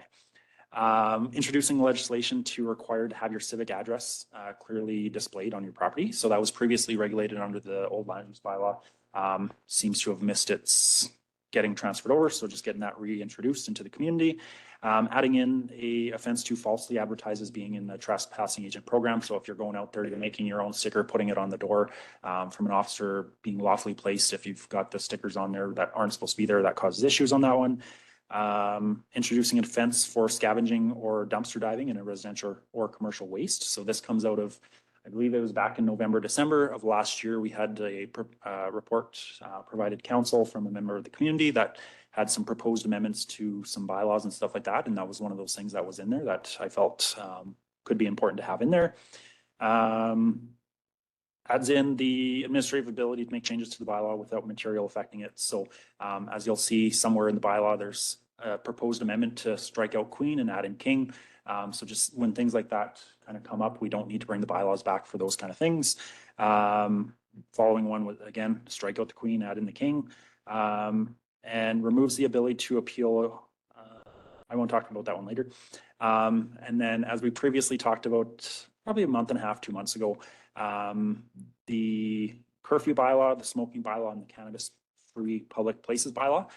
So the proposed bylaw would rescind those three as we kind of previously discussed on that one. So with the two changes that I guess three combined into two that I'd really like to spend time on is the first one. In 2022, we introduced structures that are deemed unfit for human habitation or unsafe by a safety codes officer. At the time, we had 9 structures that were deemed unfit within the community, excuse me. Today, We currently have 3, so we had some successes getting those taken care of. If council recalls, there was a recent motion last week, I believe it was, to extend on 2 of them. So those are kind of continuing along. So now that we've kind of introduced this into the community, we've got for the most part, the compliance with it. The current timelines from when a structure is deemed unfit or unsafe is 2 years from that date to come into compliance. So might be jogging some memories, but we've had some previous discussions a while ago on looking at that timelines on do we want to change that. So now that we've kind of got to that, I think that sweet spot where we're kind of down into, for the most part, everything's dealt with. Looking at, is there going to be any future ones coming into the community and how do we deal with those effectively? I'm proposing that we move that 2 years down to 3 months. So that's a drastic change. However, if you were to look at it, if we were trying to deal with these properties under the Municipal Government Act for like an unsafe structure kind of thing, we wouldn't be giving them 2 years. They'd get a couple months. The courts would only give them a couple months. So we're essentially, now that this new item to the community has been around for a couple of years, the expectation is kind of there is once it's unfit or unsafe, you have to take care of it. This would now be starting to kind of bringing it back in line on what's kind of that standard, right? If we weren't dealing with it under the bylaw for being unfit and we were dealing with it under the Municipal Government Act for unsafe, we'd only be looking at that couple month timeline anyway. So just trying to mirror those up with what's realistic. And then that way, once we can start getting some movement a heck of a lot quicker on some of these properties. So we're not sitting waiting for 2 years after it's been deemed unsafe. They're boarded up, they look terrible in the community, but there's nothing we can do waiting for that 2 year timeline kind of thing. So speeding up that. And then the second thing where I think council's really gonna like this one, and I know I am, is under the current community standards bylaw, anytime we issue an order, whether it's for your grass is too long, your sidewalk needs to be shoveled, you need to remove a structure, you need to remove a junked vehicle, whatever the case may be that we issue an order for, you have an appeal process, which is fine in most situations. However, the appeal process is 14 days. If we got to mail it out, there's another 7 days. So someone that hasn't shoveled their snow off the sidewalk or they haven't cut their grass, for example, we give them an order, they kind of have 21-ish days to go shovel their sidewalk. Is that acceptable? No. Bylaw says you have to have your sidewalk shoveled within 48 hours, but currently before we can actually go in, get that taken care of, we got to go through that process of the order, the appeal time, all that needs to go. So what we're suggesting is, I think there's about five or six different sections in there that we'd be proposing kind of removing that appeal process. So all we're doing is we're giving that reasonable notice kind of thing. And if you're not complying after that reasonable notice, then we move forward with contracting it to get it dealt with. So how does this work in actual terms? Grass is too long. We show up on Friday, give you an order, post it on your door, serve it to you personally, whatever. And the order says grass has to be cut by Sunday at 7 p.m. We come by Monday morning, 8 o'clock in the morning, it's not done. We start moving our process with our contractors, notice of entries. We get in, we cut that grass and it's done. You get the bill, we follow up with all that process at that point. But similarly with snow, it's getting done kind of within that week. So we're not waiting 3 weeks for someone to cut grass, shovel their sidewalk before we're actually able to move forward with hiring a contractor to get in there. So again, for the most part, that appeal process is still staying for the majority of items out there. But for these smaller items that who's going to appeal that to begin with? And if they are, is council going to say, yeah, you know what, you don't need to cut your grass once you got this order, or you know what, you don't need to shovel your sidewalk. I think in these identified sections, I think it's pretty clear that there's not really any reasonable justification on why someone wouldn't be moving forward with cutting their grass kind of thing. So, and definitely expedites our process. And then that way we can start moving forward with additional properties that aren't in compliance to kind of continue moving on that one. So, yeah, those are kind of the two main changes on that one. And similarly to the last one, there is be looking to kind of bring these forward for kind of all 3 readings on one day if council's comfortable with that. Again, hoping for that July 2nd, but again, not set in stone. So subject to that, happy to answer any questions. I actually have a question. So when it comes to unsafe or unsightly properties, currently they have 2 years to deal with the issue and you're trying to get it down to 3 months. But that doesn't mean that they can't appeal and ask for extension, right? So It's- twofold, appeal and extension, two different things. So, once they get the appeal, they could still put in the, once they get the order, they can still, appeal it. Which that would come to council to make the determination. The extension aspect is still currently in there that, that request would come to council. That is something where I'm indifferent, I guess, on if we are moving it towards kind of a 3-month process. That's a lot more in line with our normal day-to-day kind of stuff. So do we remove that section on it has to come to council and it's just an extension through our normal process? That's something that you guys can decide. But again, on the rest of every other order that we issue out there, all those extensions are dealt with through our enforcement services, not through council. But when we introduced this, we thought it was important, especially on that 2 years. If I've had 2 years to take care of this property, and I didn't take care of it, now I want some more time, I'm out. That's a council decision at this point, right? But if we're looking at moving that to a lot shorter of a timeline, similar to other timelines that we'd be dealing with anyways with different provisions of the bylaw, again, I'm indifferent, but on whether or not to leave that in there or remove it. But those two, asking for or an appealing the order is still available. And asking for an extension is still available, whether it's through council or whether it's through enforcement. So. Any other questions? Mayor Dodds? So for the two specific that you talked about, when we're talking about for the 2 years to 3 months, what is our time frame for coming into compliance for orders or inspections through our planning department currently? Ask a friend.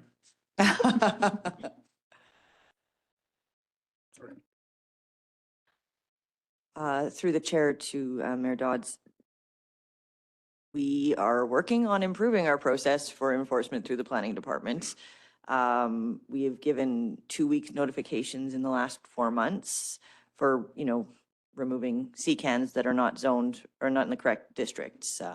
But we have been lax up to now in planning from an enforcement standard. So we are working on improving that. Okay, and conditions are typically a year, but anything to bring in compliance just kind of varies per file, is that? Well, the main example we've had recently is a CCAN on a property in a residential area, which is not permitted under the land use bylaw. We've provided them a letter giving them 2 weeks and we've heard nothing. So at that point, we would then be transferring it to enforcement for them to deal with it. Okay, and then typically in the past, when we've dealt with removal of structures that are deemed unsafe or unfit, the 2 years being the long time, what's the average that we're seeing people deal with these situations? Are they taking the full? Are they taking 6 months? 3 months does seem an extreme, from the 2 years. Yeah, it's definitely a lot shorter from what we were used to. Mhm. With this specific section about unfit structures or unsafe structures, outside of Drayton Valley and Morinville, where I introduced it there as well, I've never seen these specific sections in other communities either. So again, when we talked about the last bylaw there, a little bit of that leading edge in essence on kind of some of these kind of things. When the bylaw was first introduced and we reached out to the 9 properties at the time and issued them orders, majority of them were, again, keeping in mind, these were also sitting there, some of them for years at a time before we got involved. They were taking care of them 5 to 6 months, the majority of them. And then we've kind of just had these lingering 3 that haven't really done anything since. So the majority of them were getting them done, keeping in mind they were sitting for a while before we got involved, within kind of that 5-ish month window. With some brand new legislation that was brought in place. So with this legislation kind of being established in the community on if your structure gets deemed unsafe or unfit, you're going to have to do something. Now we're just proposing moving it again from that 2 year to a shorter timeline. And if council's not comfortable with that 3 months, maybe we're looking at 6 months, something like that. Something that we could always easily make an amendment before we bring it for the actual readings. But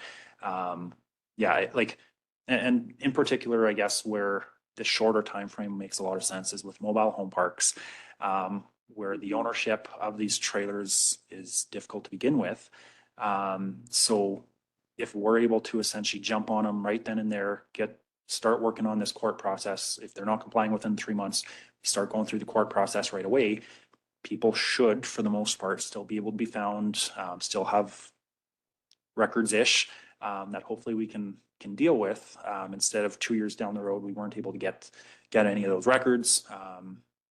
There was issues at the start, we weren't able to get them, but now we've sat there for 2 years and now we're moving forward with it then, right? So mobile home parks aren't the only issue that have these unfit structures. Again, when this was introduced and there was 9, I believe 3 of them were in a mobile home park. One of them was a commercial building, and the remainder were like your normal everyday houses kind of thing. So, yeah, it's a big change from. It is, yeah, it definitely is. I wonder if the 6 month doesn't make more sense, because then you've got the risk of at the 3 months coming back to a council, right? So then that ties up time and on a council meeting, and does it really need to be in the hands of a council, the decision, right? So it's that 6 months, I think, allows, if that's kind of what you're typically seeing, it's still a big jump, but it's a lot less than what the 2 years was, you know, for sure. I think the 6 months makes more sense with that one. And then the other one for the removal of the appeal, that's a no for me, just because I think it's just giving the residents the ability to have the option to appeal no matter what, right? I think is still important. As ridiculous as it might seem or sound, right? I just think that the resident still deserves the right to have the appeal. I guess just comment on that as well. When we do a jurisdictional scan of other municipalities, in particular with those kind of sections, it's not even the standard that there's an appeal process on all that either. Some places have it, some places don't. It would just be one of those things though, that if we're not removing it, again, just be mindful though that sidewalks are going to take 3 weeks to get shoveled, kind of like we're kind of used to. But at the same point too, administration has heard, how come it's taking so long, right? This is why there's process in place that we have to follow currently, right? So again, if we were to make a change with this appeal on particular sections, again, it's not to blanket the whole bylaw for everything. It's on these 4 or 5 identified sections. Then we can continue moving them forward, kind of thing. Keeping in mind, it's not the standard across Alberta that if you get an order for your sidewalk, grass, whatever, you can appeal it. We were kind of more on the conservative approach on that before, so. Okay, thanks. Yeah. Tom? So we have, I think your word where we've been lax in our enforcement and in planning issues, right? But we've been lax in our enforcement of grass and sidewalks, and because it's a laborsome piece of work, and gosh, don't know if the person is elderly, can't get out of the house. There are all kinds of things that play into that, right? So I think we need to be just cautious of that. And so I'm in favor of still going to 3 months, because I'm also familiar with the CCAN issue, and that complaint came in a long time ago, and there's been no movement. And so something needs to, so if I'm the neighbor, I'm thinking, can you just show me some movement? Can you get me to do something? The 2 derelict cars across the street, right? Geez, you know, well, it's a 2-year process. 30 days, get it. And we're coming to get it. So that I'm there. And I think you can use discretion. It's much like the dog situation. You can use discretion. And, you know, so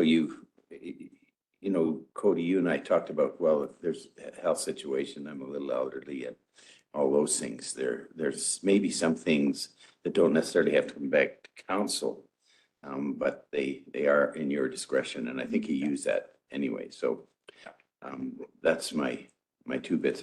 But it's when you are going to do something, it's for the citizen, it's like when.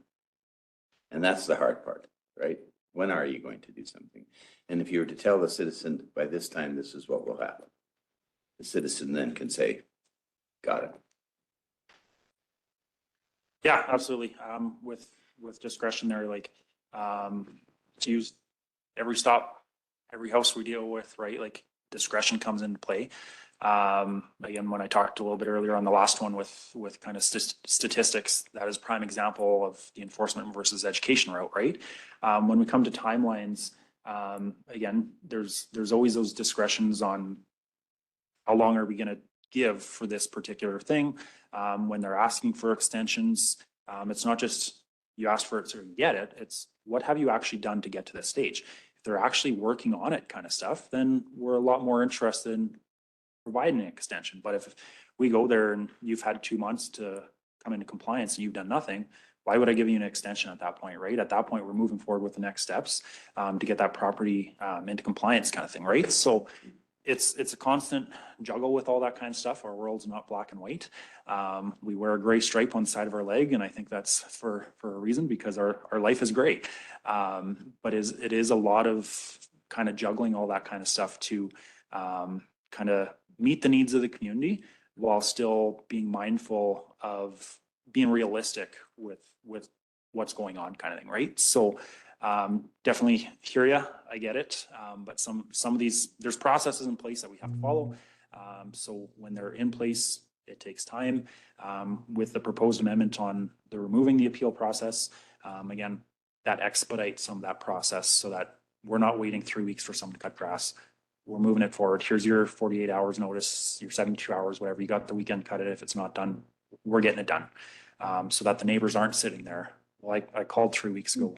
What's going on, right? Like, oh, well, we're waiting for our deadline to come. Well, I've cut my grass 6 times since, right? And they still haven't cut it once. And now from 1 feet, now it's 1.5 feet tall kind of thing, right? So it provides that better customer service as well. Of they're calling, they're getting that expedited response on some of that kind of stuff as well. So. Yeah. And I do think communication is really the key, is making sure that people are aware that you are. The other thing that you and I spoke about was the issue of actually entering onto people's property. That's a process. And yet you'd wonder, what does it mean? You just gotta go, I'm here. I want you off my property. You got to get off the property, right? Yeah. So if it's a, we provide notice of entries. If the people aren't disregarding it kind of thing, and yeah, go ahead, do your thing. Easy process to get onto the property at that point, right? But if we provide the notice of entry and we show up on the date and time we're entering onto your property and the person's like, nope, you're not allowed on, we actually got to go get a court order signed off by a judge to authorize us to then enter onto that land. Even just do the inspection, never mind do the work, because we need to do the inspection to see what's going on before we can go back to the courts then to get that court order with the judge authorizing us at that point, if they're not allowing us onto the lands, to go onto the lands and rectify the work as well. So it's not often that avenue or that approach from the public occurs. But if that approach does come forward, if we aren't able to kind of talk through it and work through it then and there kind of thing, then there is that process, that court process that we need to go through, get onto that property as well. So. Thank you. Amila? Thank you. I'm probably going to repeat some of the conversations.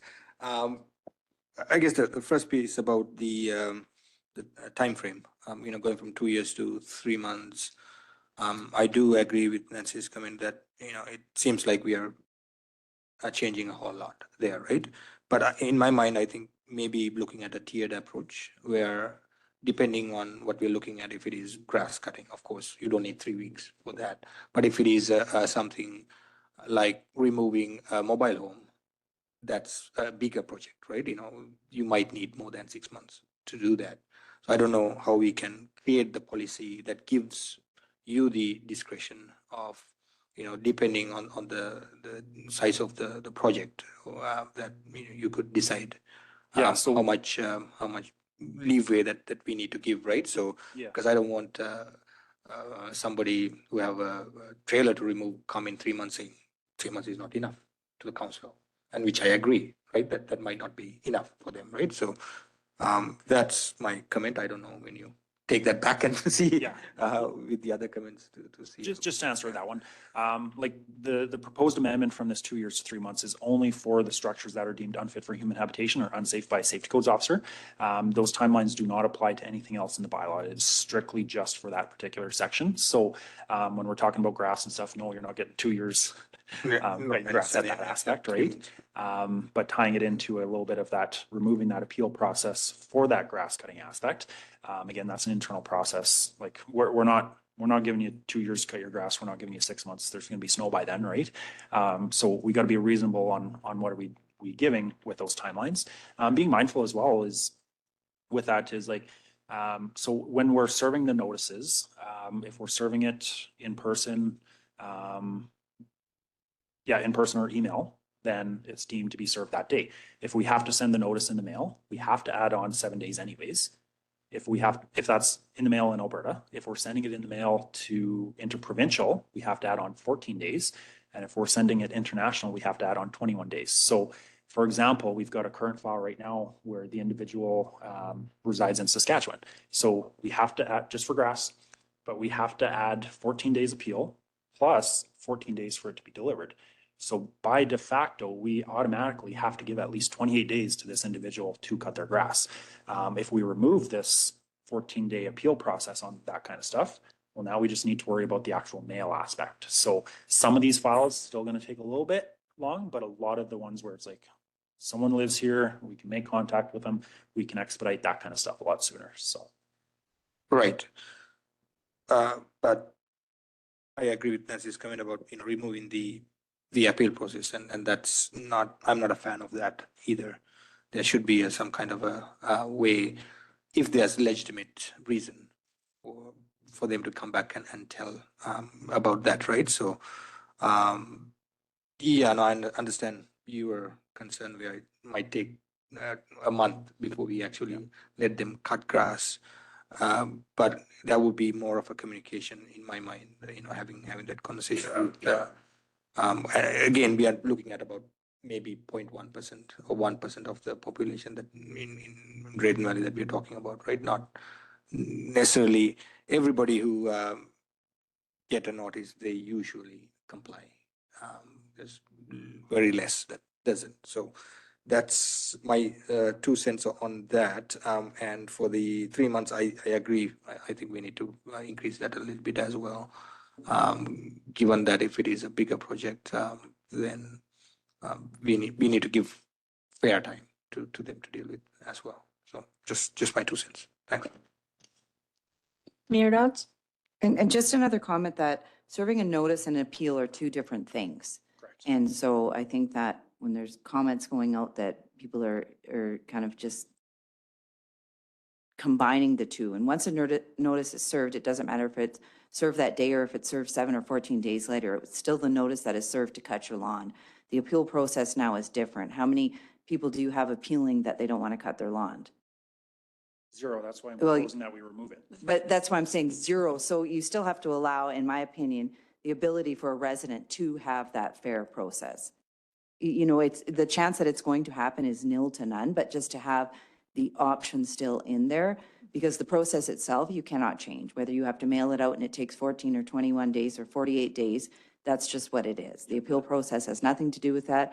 If you drop it off, they're going to cut their lawn when they're going to cut their lawn, just as Councillor McGee has said. It could be an elderly person. They could be away on holidays. It has nothing to do with the appeal process. I think it's just being able to have that process still there if it ever needed. You're just taking that right, in my opinion. Will it be used? Probably not, but you're just taking that away from the resident, right? Yeah, again, if council's not comfortable moving forward, that's fine. Just, again, needs to be reiterated that when we are taking forever to get these things done, it's because there's timelines that we have to comply with, right? But it has nothing to do with the appeal process. It does have to do with the appeal process because they have 14 days from when we give them notice that we can't do anything because they're in that appeal process period. So you have 14 days. We cannot touch that property to do anything because they are in that appeal process where they can appeal that process. So it does affect it because we can't do anything in that timeline. But you're still having to mail it out. You're still having to wait for that person to get their mail. You're still having to wait. The notice is if you drop it off, like it's still delivered. And like Camilla said, how many people are actually waiting 21 days to cut their lawn? I mean, they're not cutting the lawn because they don't want to cut their lawn, or they're out of town, or they're on vacation, or they're not, or they Correct. don't ever cut their lawn. And then we have to come in and we do it. That's the process, right? Like, we still come in and we do that kind of stuff. But again, it just delays it an extra 14 days, no matter what. No matter what our timelines are that we're giving, we have to at least give that 14-day appeal process before we do anything. So, which again, if council's not comfortable moving forward with that, that's totally council's decision. But again, it just needs to be realized that, well, the neighbor called and it took 3 weeks to cut their grass and it's still not done. I get it. We can't do anything until our appeal process is done. So, How many times have we gone in and cut the lawn? we roughly about 10, 15 times a year. In addition to other orders that aren't complied with that we enter onto the property and complete as well. And what are the reasons for it, For which, sorry, that we're going in and doing it? other than cutting grass, not cutting grass? No, so the 10 or 15 that you're dealing with, what are the reasons?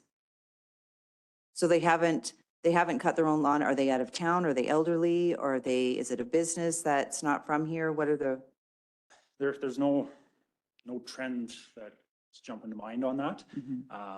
There's some of them where they're occupied. There's some of them where they're vacant lands. There's some of them where it's fields.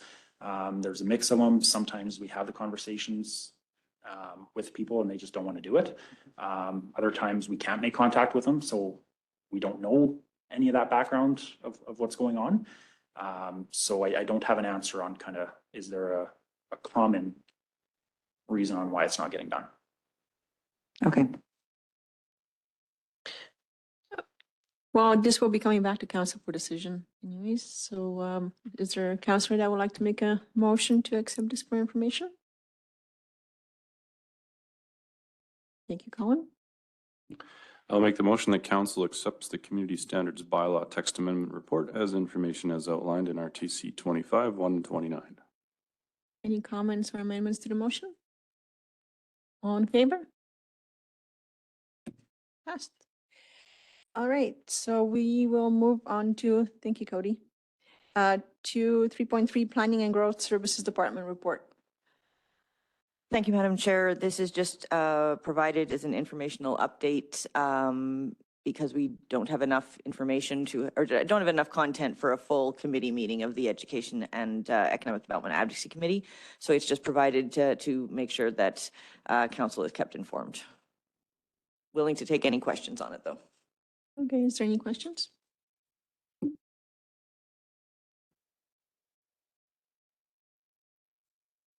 My microphone wasn't on.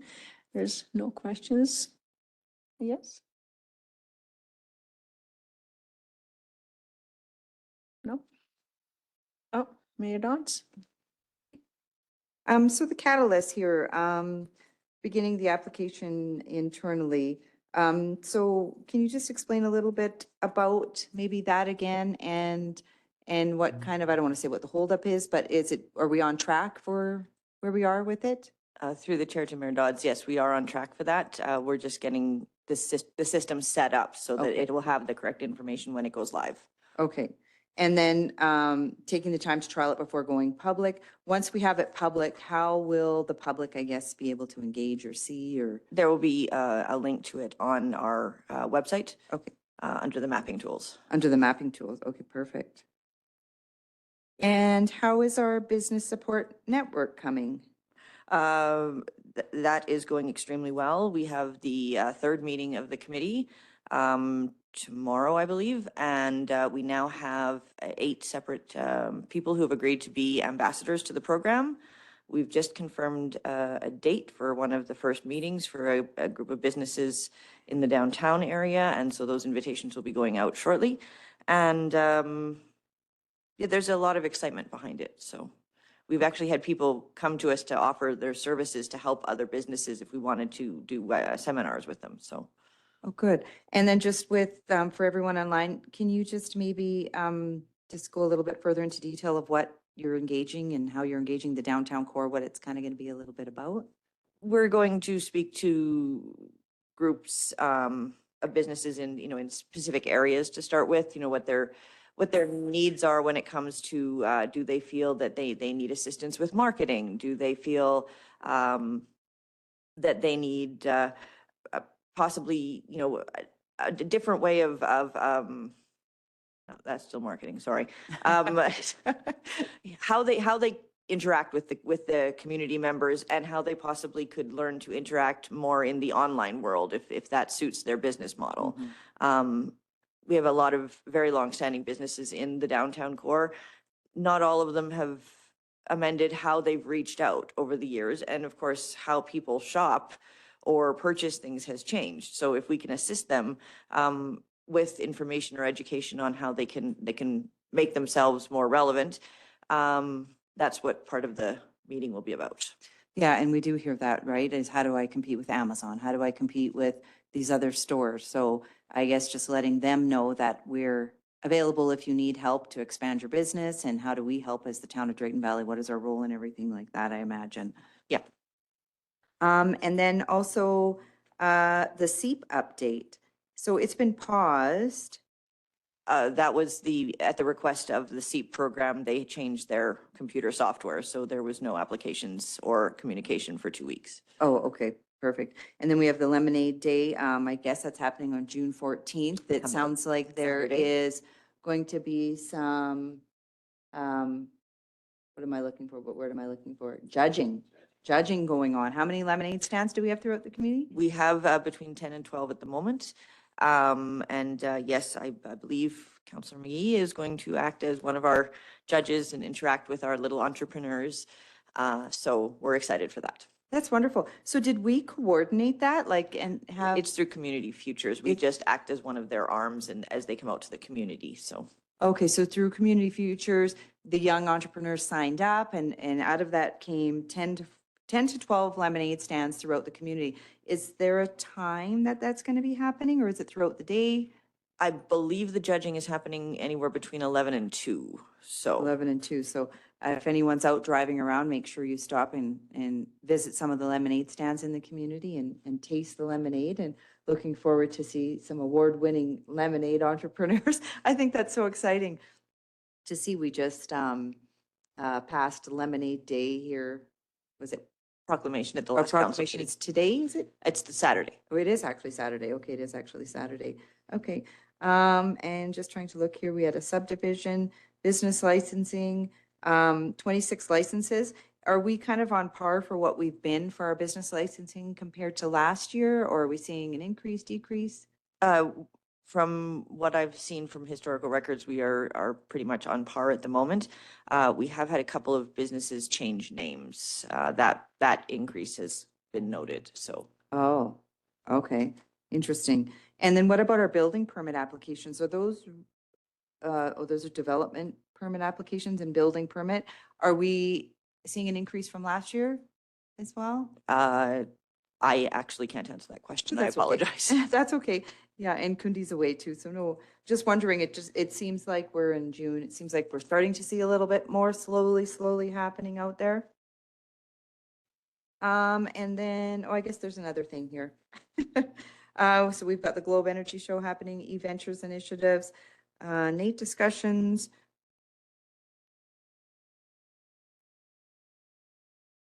Okay, I guess that's it for my questions. Thank you so much for your update. I appreciate it. Yes, thank you. I have just a quick question. Sorry. Yeah, go ahead, Tom. There has been some conversations about the Chamber of Commerce and enhancing the Chamber of Commerce, getting people engaged and involved with the Chamber of Commerce. Are we advancing any of that, or is that outside of our realm? Through the chair to Councillor McGee, that would be outside of their realm. Their venue for assistance in that matter would be the Alberta Chamber of Commerce. And I do believe that the current executive director is in contact with them. Right. And so it really follows to the point where you're going to visit businesses, that might be one of the questions. You know, would you join the Chamber of Commerce? Would it be helpful for you, and those kinds of things? Through the chair to Councillor McGee, I believe that would be out of our purview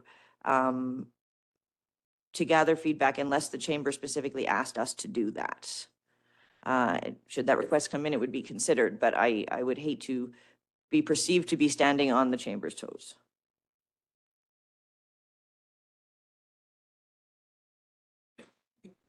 Your nods? Just one more question around the NATE discussion update. So through our discussions, we've decided to proceed with initial course in electrical to be offered. When are we expecting that to kind of kick off? How are we advertising that? And do we need a certain amount of students enrolled in order to kind of roll this out? Through the chair to Mayor Dodds, the NATE people are scheduling with Kundi to do a site visit to see what requirements they have. At that time, we will then reach out to the local businesses to be bringing in apprentices that would enter this program. So timelines are a little hazy on that one because we have no confirmed time for NATE to come out, so I can't follow up with the rest of those questions. Oh, okay. And I don't know if you can answer this, or this might be a Kundi as well. So the decision was for the electrical. I think it's fantastic that that partnership has got going again with NATE and to see those trades come to life.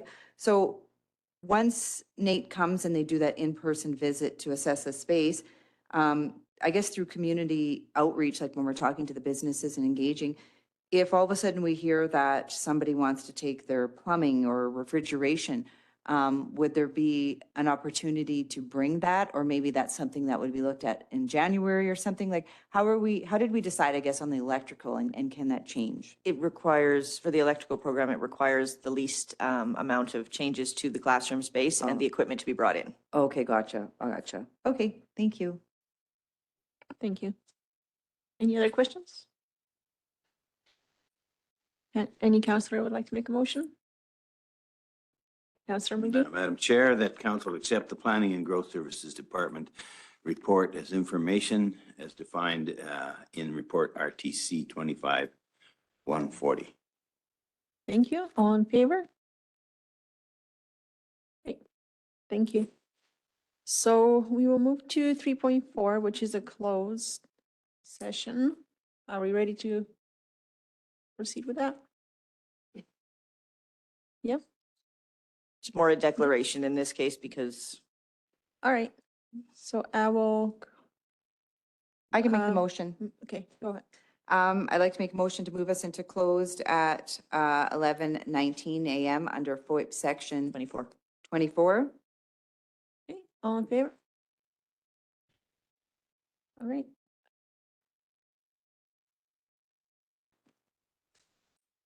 All right, so basically this is about the Thunder agreement for the operations and the use of our facility. So the Thunder has an operating agreement with the town of Drayton Valley, of course, that expires July 31st of this year. With the management team, basically the current owners, we have been in conversations to establish a new operating agreement for 5 years. That's a request with an option for renewal for another 5 years thereafter. So the operation of a AJHL team in a smaller community, of course, is not an easy undertaking. And this season, the new local owners took this challenge on in a changing process. And they showed already huge collaboration and forward thinking, plus actions with our team and at the Omniplex and inside our community. So they have a vision of a long lasting involvement and engagement with the community, bringing energy around the hockey team back and into our facility. So we look at integration of the 3 different agreements that we have into one. The one is the operating agreement with all the ice use, the dressing room and all the scheduling and all the items attached to that. The other one is the concession lease and the pro shop lease, which are 2 separate agreements that have been signed over the years. It's not too hard to integrate those 3 into one agreement right now, because basically all 3 are staying the same in their intent. One aspect for sure is new. The team is basically asking to manage the ice and board advertising in the Pembina Pipeline Arena, our arena number 2, as well into this agreement. This will generate another revenue opportunity for them to make because they do, of course, as you know, the advertising in the Omni One arena already. And it will, let's say, relieve us a little bit, of course, from administration time and efforts to find potential advertisers. It's not a huge item that we have at the moment, and Thunder is pretty sure they can do a little bit more with revenue generation of that. But of course, as you will ask, what do we do with the revenue that we had so far on that portion? I'll come back to that. So for the total financial impact, council's input and approval is required as the fees are set by council. And this user has been, of course, and will be requesting, of course, being offered a specific rates in the agreement. So last negotiation, and that's been about 2 years, a little bit over 2 years ago, when we finished that, we reviewed the rates and the reductions, as there is always the notion of other teams get bigger discounts or other teams even pay zero. We know that it's not the case, and the Thunder does also not expect bigger contributions from taxpayers. They want, however, a consistent and predictable payment model. So that means that they are asking for a flat fee within the same arrangements that we have inside the agreement.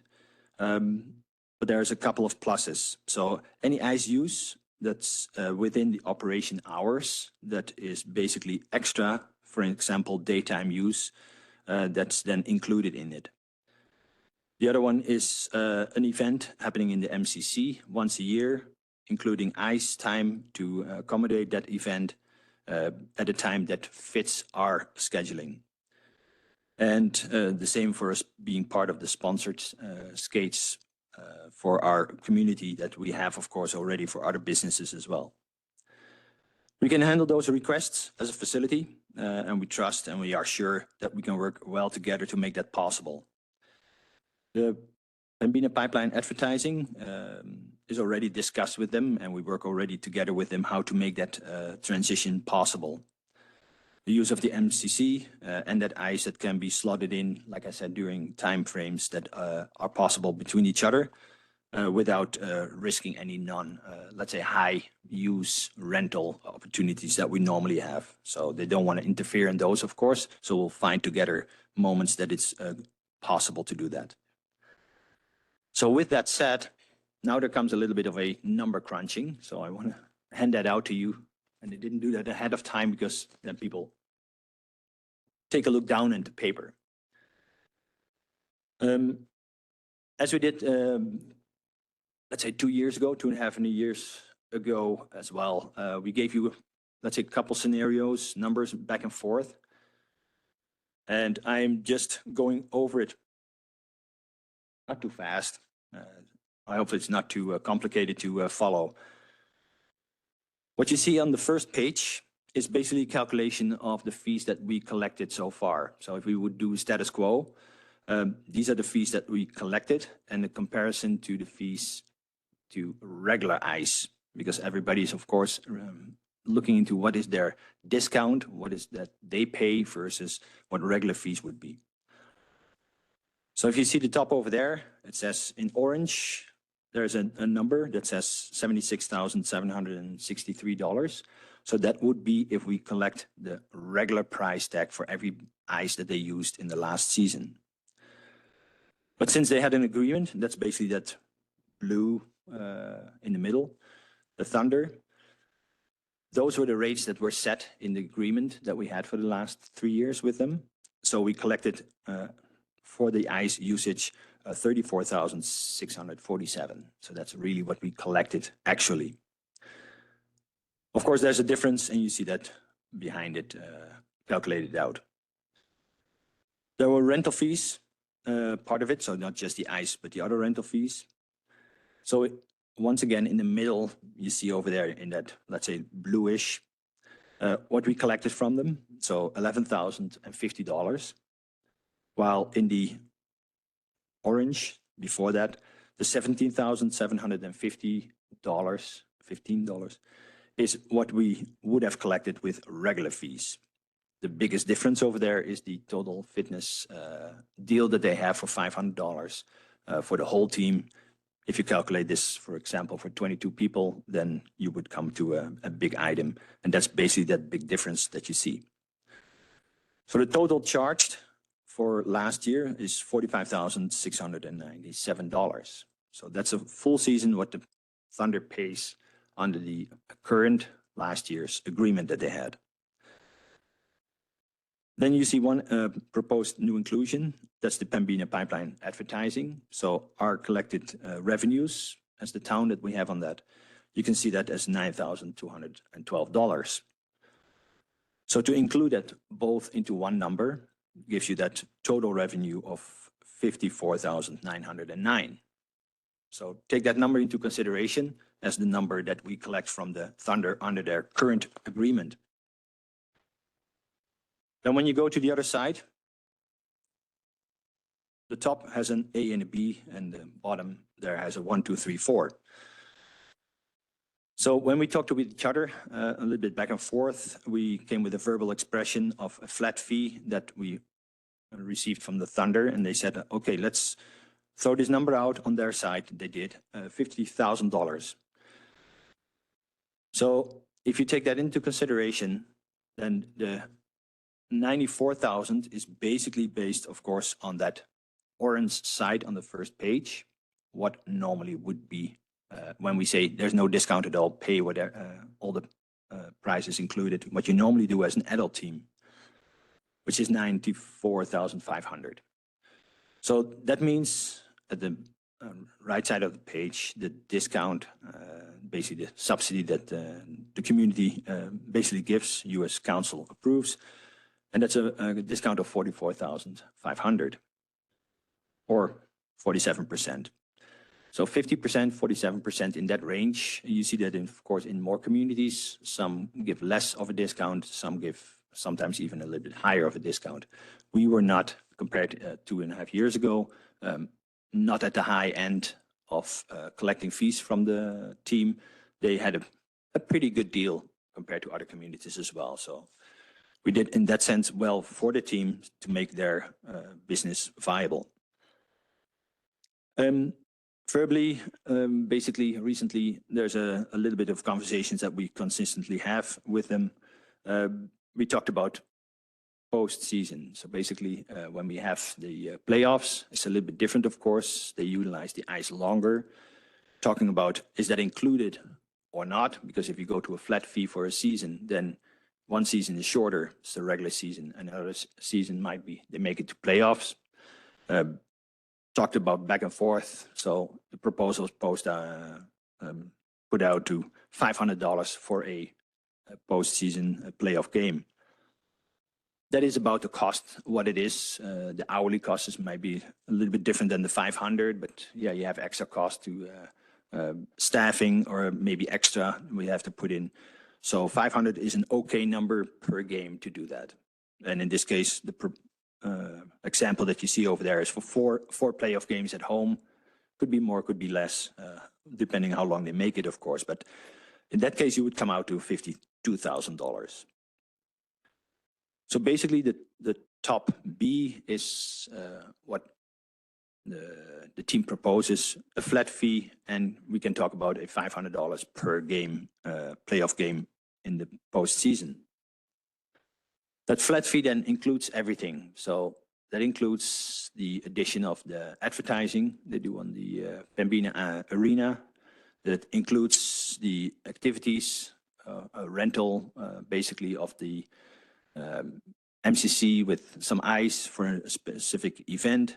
It includes daytime ice when they have more than their regular scheduled ice for training, but they use daytime ice when it's possible for us. So the ice is available and we can let them on easily during a daytime additional slot.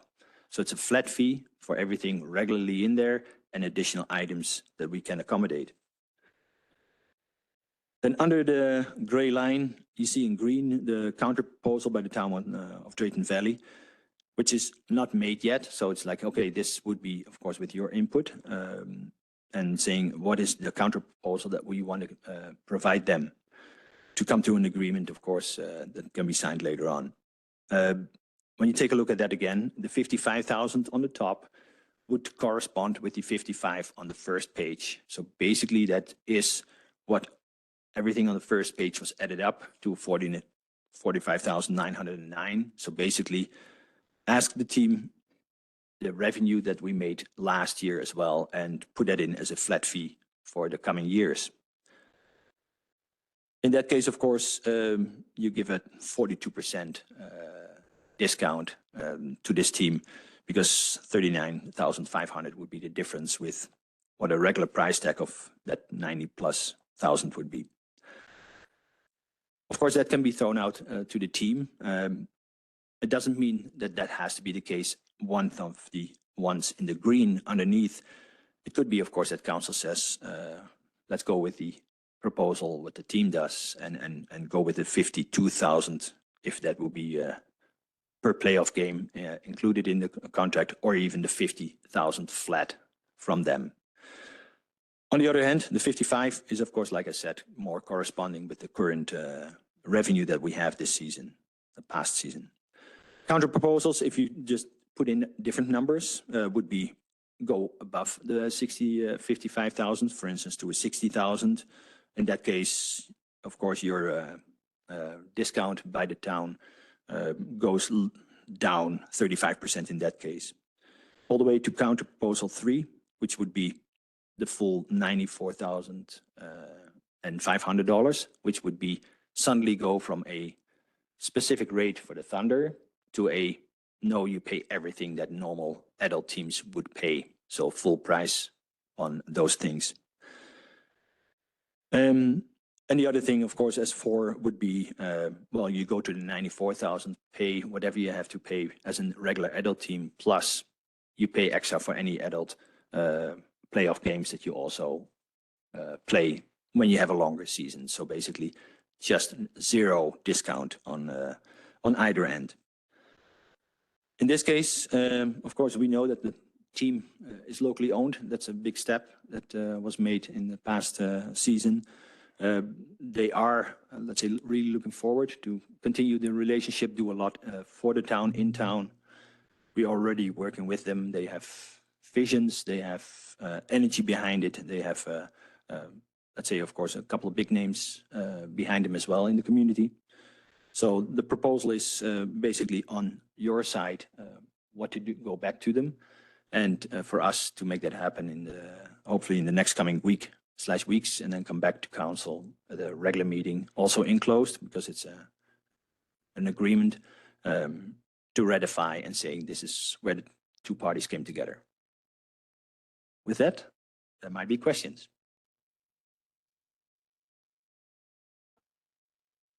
So I guess here's what I'm seeing, just to break it down simply. So they're asking for 50,000-ish as a flat fee.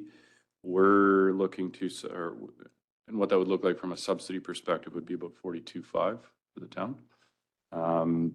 And just to clarify, that is not split with the county, correct? So all the fees, of course, that are collected are part of our total revenue plus expense. So it's not directly split with the county. If you look now what the county would pay additionally to it, it would be none, because it would be the same as we have so far. So Right. if there's no difference, you go to that bookmark of, let's say, around the 50, it would be the same as we collected previous years. Yeah. So there would not be a change to the county either.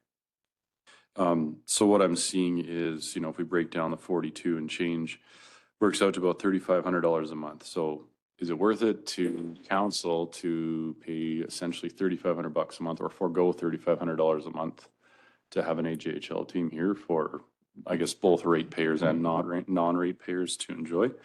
And then I guess just a couple other things. I mean, there's 12 teams in the AJHL, and there's roughly, 250-ish urban municipalities in Alberta. So I mean, we're one of less than 5% of the municipalities in Alberta that has an AJHL team. I'm sort of viewing it as it's a bit of a unique thing we have. Well, it is a unique thing we have. There's only 12 of us. And I mean, to the tune of $3,500 a month, I'm okay with that if we look at it from that perspective. Yeah, they're not here every month of the year, but it looks to me like they are really trying to do something. I mean, they just bought a new vehicle to run around town. It looks pretty sharp. And so it doesn't seem to me that they're afraid to take some risks. Obviously, they're not, because I mean, an AJHL team is a risky endeavor. So I think as it looks, and the proposal of 50 or 52, whatever it works out to be, doesn't really matter. I'm okay with that. And And I do think it is worth it to the tune of 3,500. And I think that because there is, like you said, energy behind it and all that sort of stuff, I think they're setting themselves up to be successful, and they're going to attract the good players. They're going to have a better team as a result, and better coaches, and et cetera, et cetera, et cetera. To me, it looks okay, and it's largely the same as what we had before in terms of subsidizing. So I'm okay with it. My thoughts. Thank you. I guess you just took the words out of me. I totally agree with you. I'm sorry? Yeah. Yeah, no, I agree. I think having a AJHL team here is unique, like you mentioned, right? And on top of that, if not that team, then what are we doing with the time that we have for that period? So I understand we are looking at the calculations with regular cost, but the value that it brings, as well as if it's not used, we are still have some expenses just to sit that facility there, right? So when you mention that as well, I think, you know, having some revenue coming in is a plus for us. On top of that, county doesn't directly subsidize them, but I think indirectly they do because of what, you know, how it calculated, right? So I think we are, you know, half of that as the town. So yeah, I don't have a problem with going with their proposal as well with 50,000. Right? Oh, go ahead, Nancy.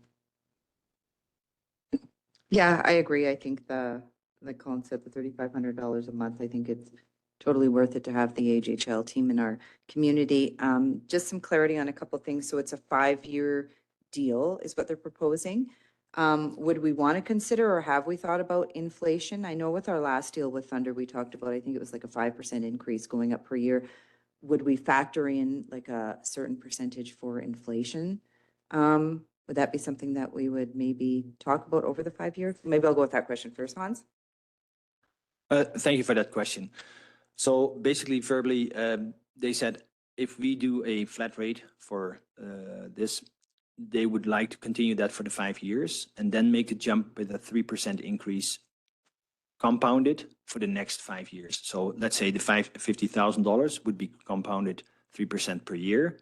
And then that calculation would kick in year 6 to 10. So it would be a proposed flat fee for 5 years and then the increase. What we did with the past 3-year contract was basically the same. When we did the hourly ones, they stayed the same for 3 years and would have had a compounded interest if we would continue conversations about that, but that was not put in the agreement. Basically, it was at the table at that moment as well. When it would renew, calculate compounded interest from the previous years and take that fee into the next agreement. So in this case, to a quick calculation, I think we did it first for $45,000. It would be $52,500. Yeah. For the years after. In this case, $50,000 would be. Yeah, it's 52.5 for 58. years 6 to 10. Yeah. Yeah. Can I just ask something regarding that? Oh, yeah. So for the past 3 years, we didn't raise anything from the time we signed the contract. There was no interest collected at all. That's correct. Yes, that those flat So fees were we- flat for 3 years. So for the next 5 years, once again, we will not collect any interest or, yeah, like. That's We correct. want to take inflation under, so that's 7 years, right?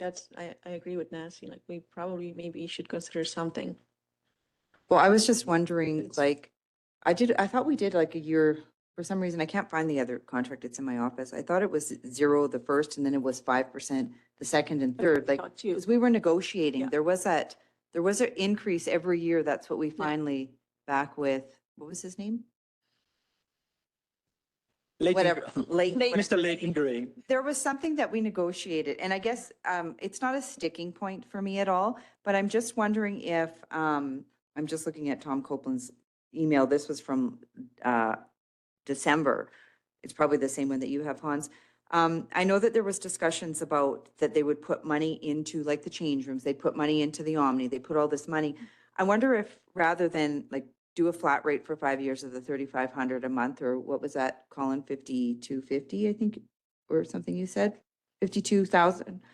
I wonder if we couldn't ask for a 3% inflationary investment into something in the Omniplex.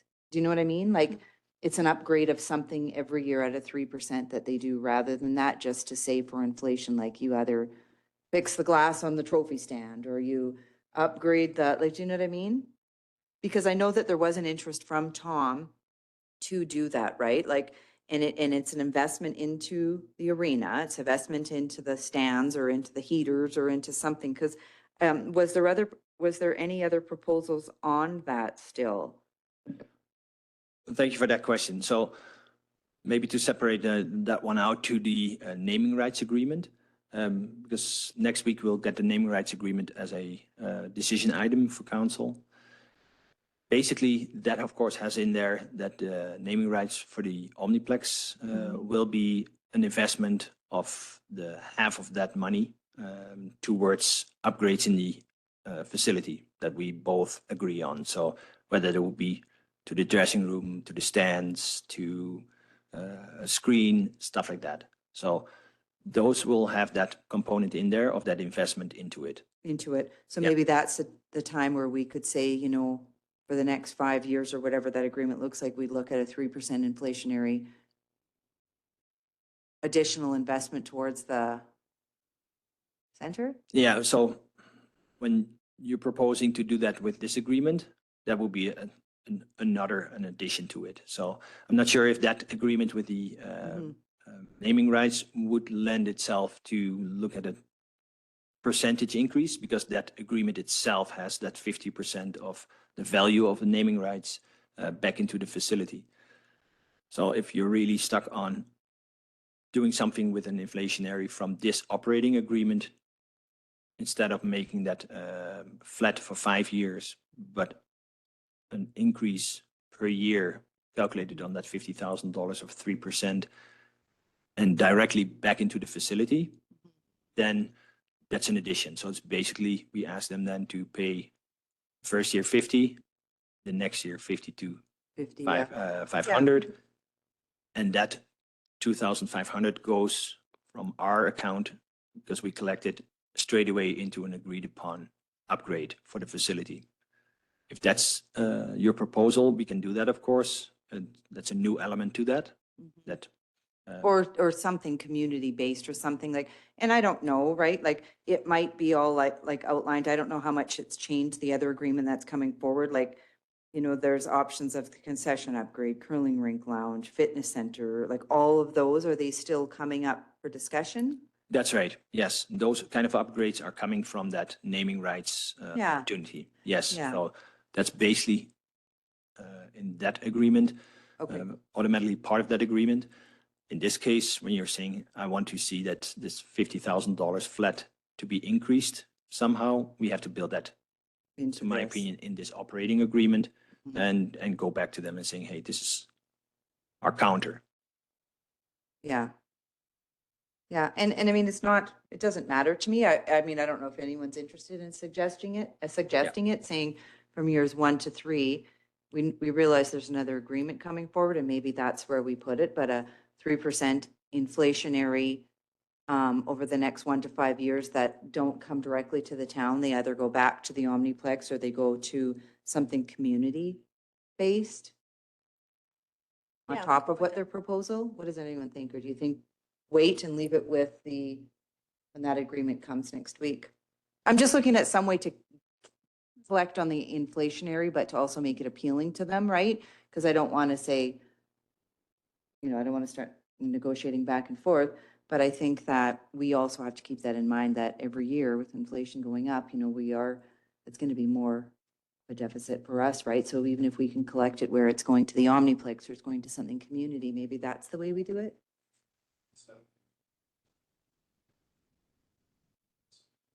$60,000. Yeah.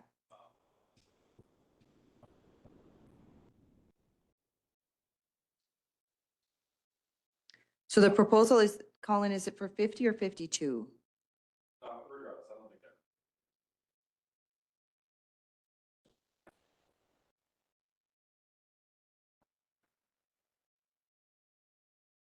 that money's. Yeah.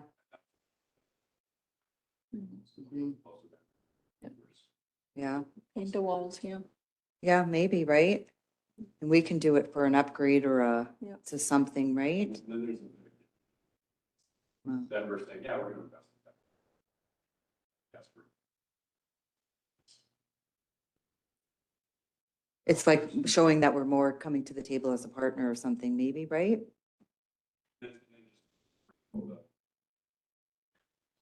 Yeah, yeah. And then wait to see what the agreement will have some of the other stuff, right? What do you think? I think it's doable.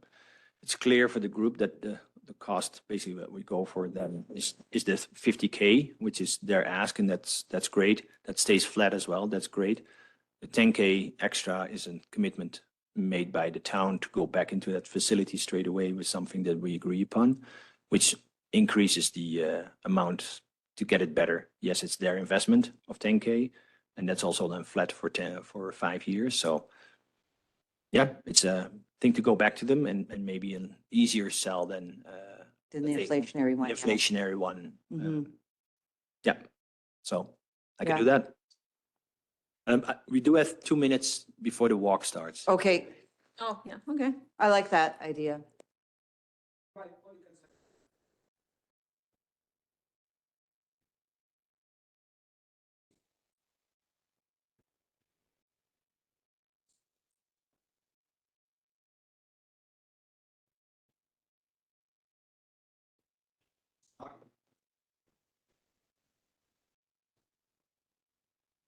Yeah.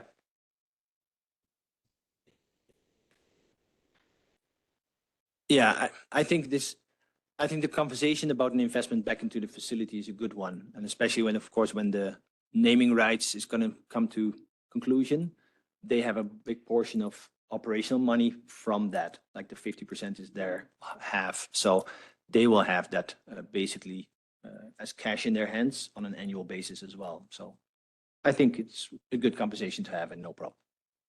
Unless they have plans to throw it. I mean, that could even be a painting. Center, right? Ruben said, I guess, maybe come out of our operations, right? And somehow. Yeah, maybe for them, yeah.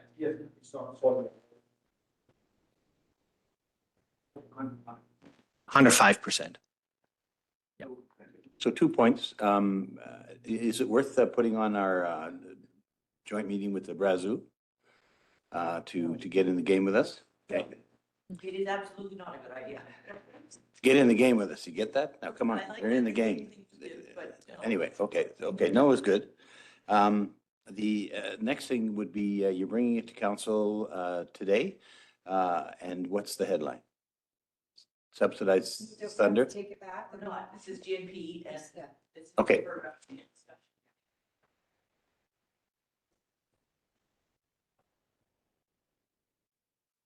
So there's no motion coming out of this, we're just, okay.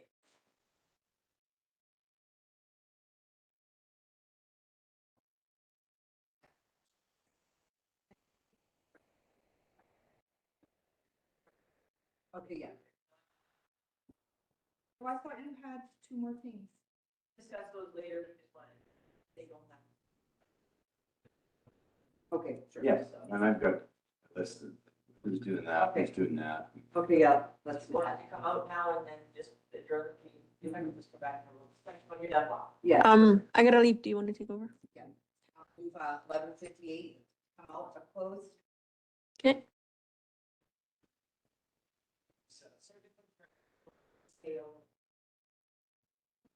Okay, and then we'll. I'll make a motion to adjourn. Okay, we will adjourn the meeting at 11:58 a.m. Yay.